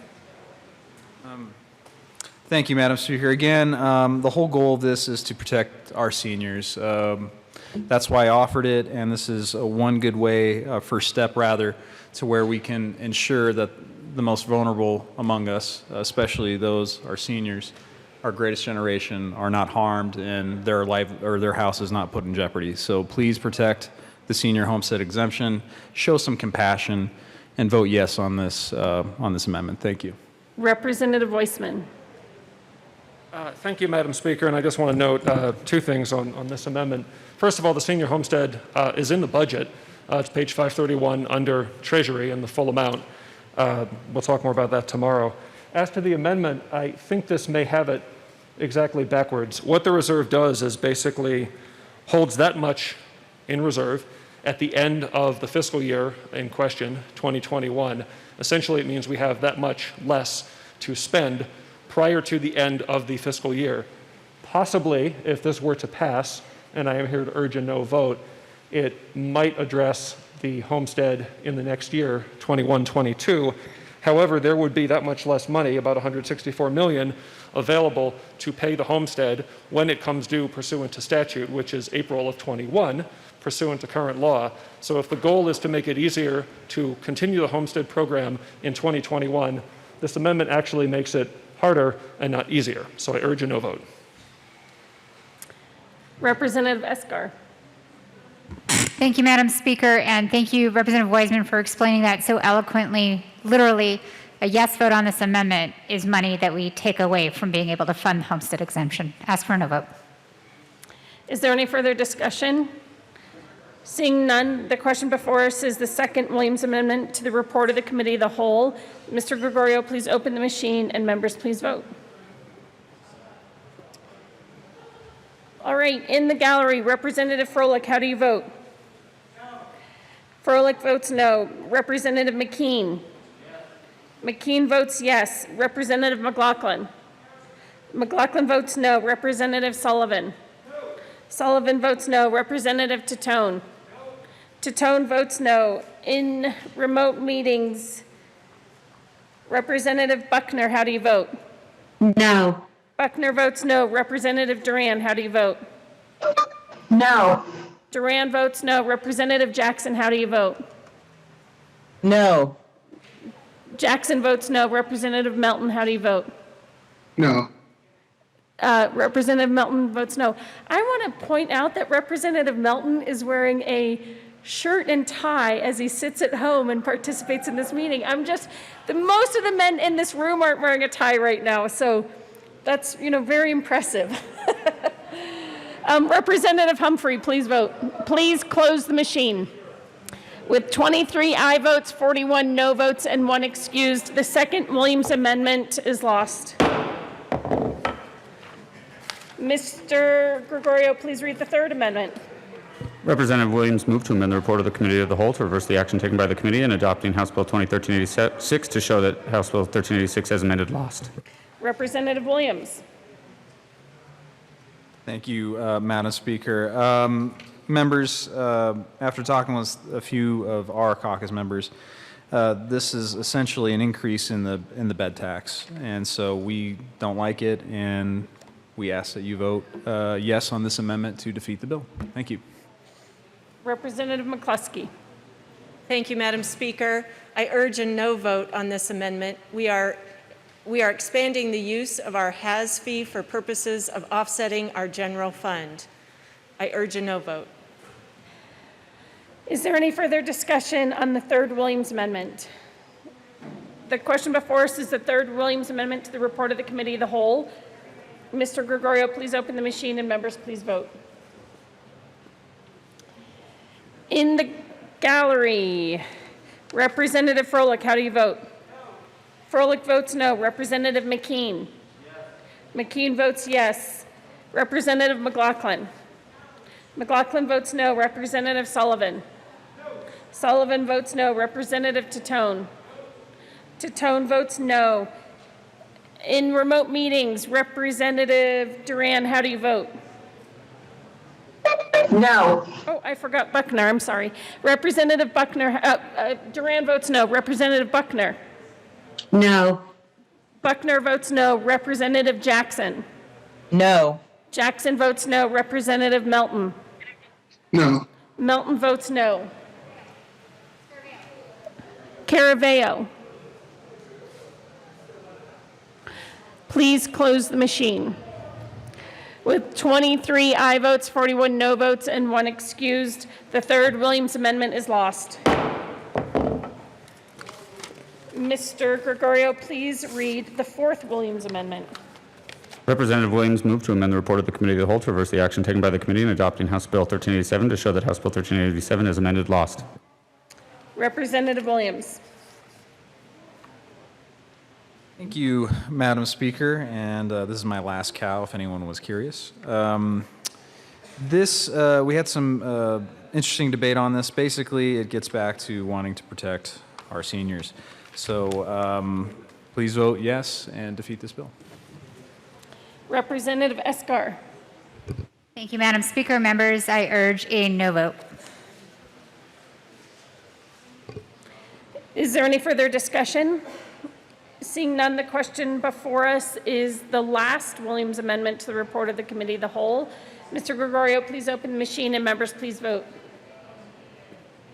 In the gallery, Representative Froelich, how do you vote? No. Froelich votes no. Representative McKean. McKean votes yes. Representative McLaughlin. McLaughlin votes no. Representative Sullivan. Sullivan votes no. Representative Titone. Titone votes no. In remote participation, Representative Buckner. No. Buckner votes no. Representative Duran. No. Duran votes no. Representative Jackson. No. Jackson votes no. Representative Melton. No. Melton votes no. Cutter, Kennedy, Michelson, Janae, Valdez, Sirota. Please vote.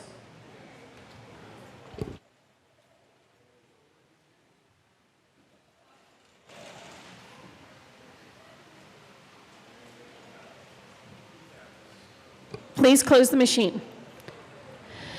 With 24 aye votes, 40 no votes, and 1 excused, the last Williams Amendment is lost. Mr. Gregorio, please read the Larson Amendment. Representative Larson moved to amend the report of the Committee of the Whole to reverse the action taken by the committee in adopting House Bill 1385 to show that House Bill 1385 is amended lost. Representative Larson. Thank you, Madam Speaker. This is the bill that I came down and spoke on earlier. Again, I think it's important that we send a message to the people of Colorado in this crisis that we are prioritizing our people that are providing medical care. This was a difficult budget. There were a lot of cuts made that a lot of us didn't want to see. But I think this is one that we really need to think about, and I urge a yes vote on this amendment. Representative McCluskey. Thank you, Madam Speaker. I urge a no vote. We are using the higher Fed MAP, the federal match rate, to be able to cover more lives under Medicaid. This helps to offset the $392 million that we are anticipating an increased general fund need so that we can better accommodate and cover those individuals. I urge a no vote. The question before us is the passage of the Larson Amendment to House Bill 1385, to the report of the Committee of the Whole. Is there any further discussion? Seeing none, Mr. Gregorio, please open the machine and members, please vote. In the gallery, Representative Froelich, how do you vote? No. Froelich votes no. Representative McKean. McKean votes yes. Representative McLaughlin. McLaughlin votes no. Representative Sullivan. Sullivan votes no. Representative Titone. Titone votes no. With remote participation, Representative Buckner. No. Buckner votes no. Representative Duran. No. Duran votes no. Representative Jackson. No. Jackson votes no. Representative Melton. No. Melton votes no. Please close the machine. Oh, I gotta vote. So busy.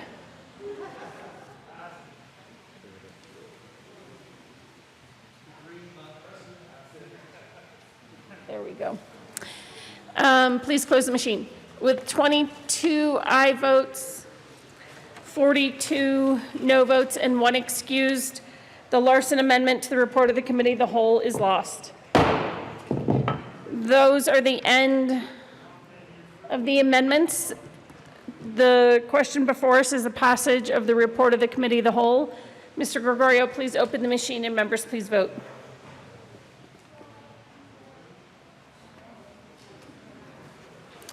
Robin.